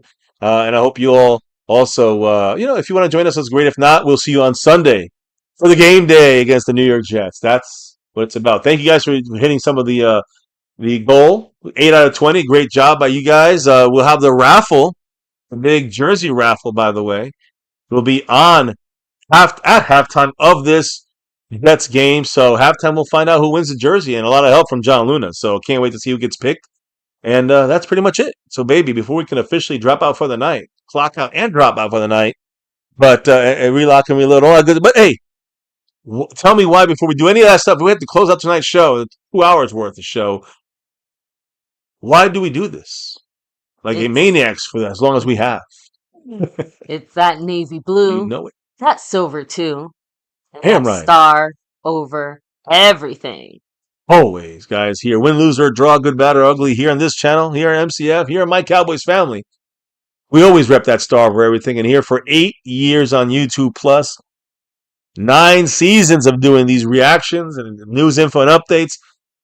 Never forget the number one thing here, now, and forever. As always, go Cowboys! One day, please, Dallas Cowboys, get us that 6 and beyond. Everybody in the chat, thank you for dropping that. I see Meatball around the house. And no, FDT. That's over there on that channel, Meatball. Anyways, guys, thank you again for being here, rocking with us. Appreciate all the drops of love from above. Shout outs to those that dropped and jumped into the membership, like A. Lavelle, of course, the wife. Darren Posey, Jet Lee 44 in that star level. Those that dropped the love, like Jet Lee 44, Calvin Richard, AOD, A. Lavelle, Mark Hovsepian, and in the Cash App, Daniel Berry Sports Highlights. Thank you all, and we'll see you all for game day here. Cowboys at the New York Jets. And I think a closer game than people will expect. Some delusional fans expect that, hey, you never know. Maybe this is the game. We break out and have some kind of crazy, blowout game for us on our side. Good for us. We'll have to wait and see.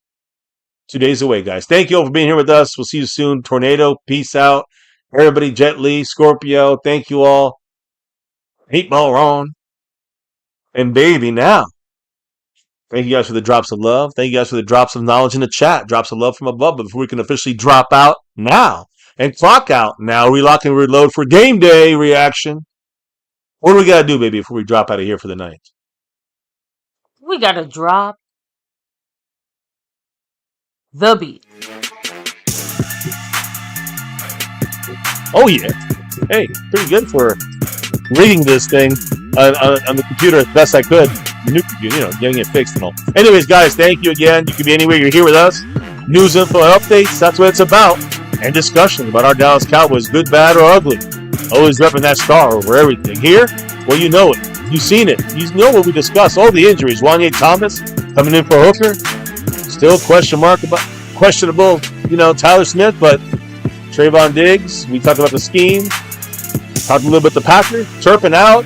Our offensive lineman out. I mean, a lot of issues going down, but hey, hopefully somehow against a below average, but could be surprising Jets team. Hopefully to pull a W out of this one. Here in MCF, it's always about that navy blue, that silver too, and that star over everything, guys. You know the deal. You know the deal. Never forget the number one thing here at My Cowboys Family. You guys for rocking it with us. Thank you. Cannot do this without your love and support. We'll be back again for game day here soon. But remember, before then, hit that like button to the stream. Hit subscribe to the channel. Hit the notification bell to all videos. Follow us at all social media at My Cowboys Family. Or also jump in the Discord and join that. Stay safe, everyone. See you on After Dark. And or see you game day. Much love, peace, and love. Stay safe. But never, ever forget. Cowboys.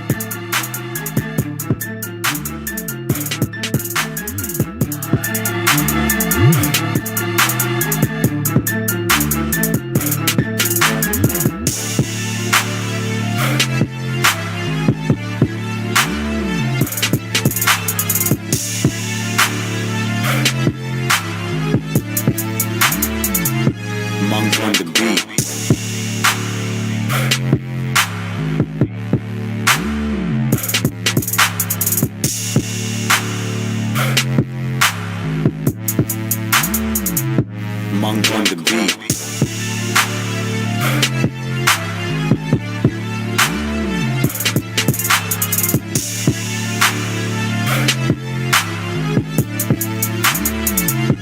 Monk on the beat.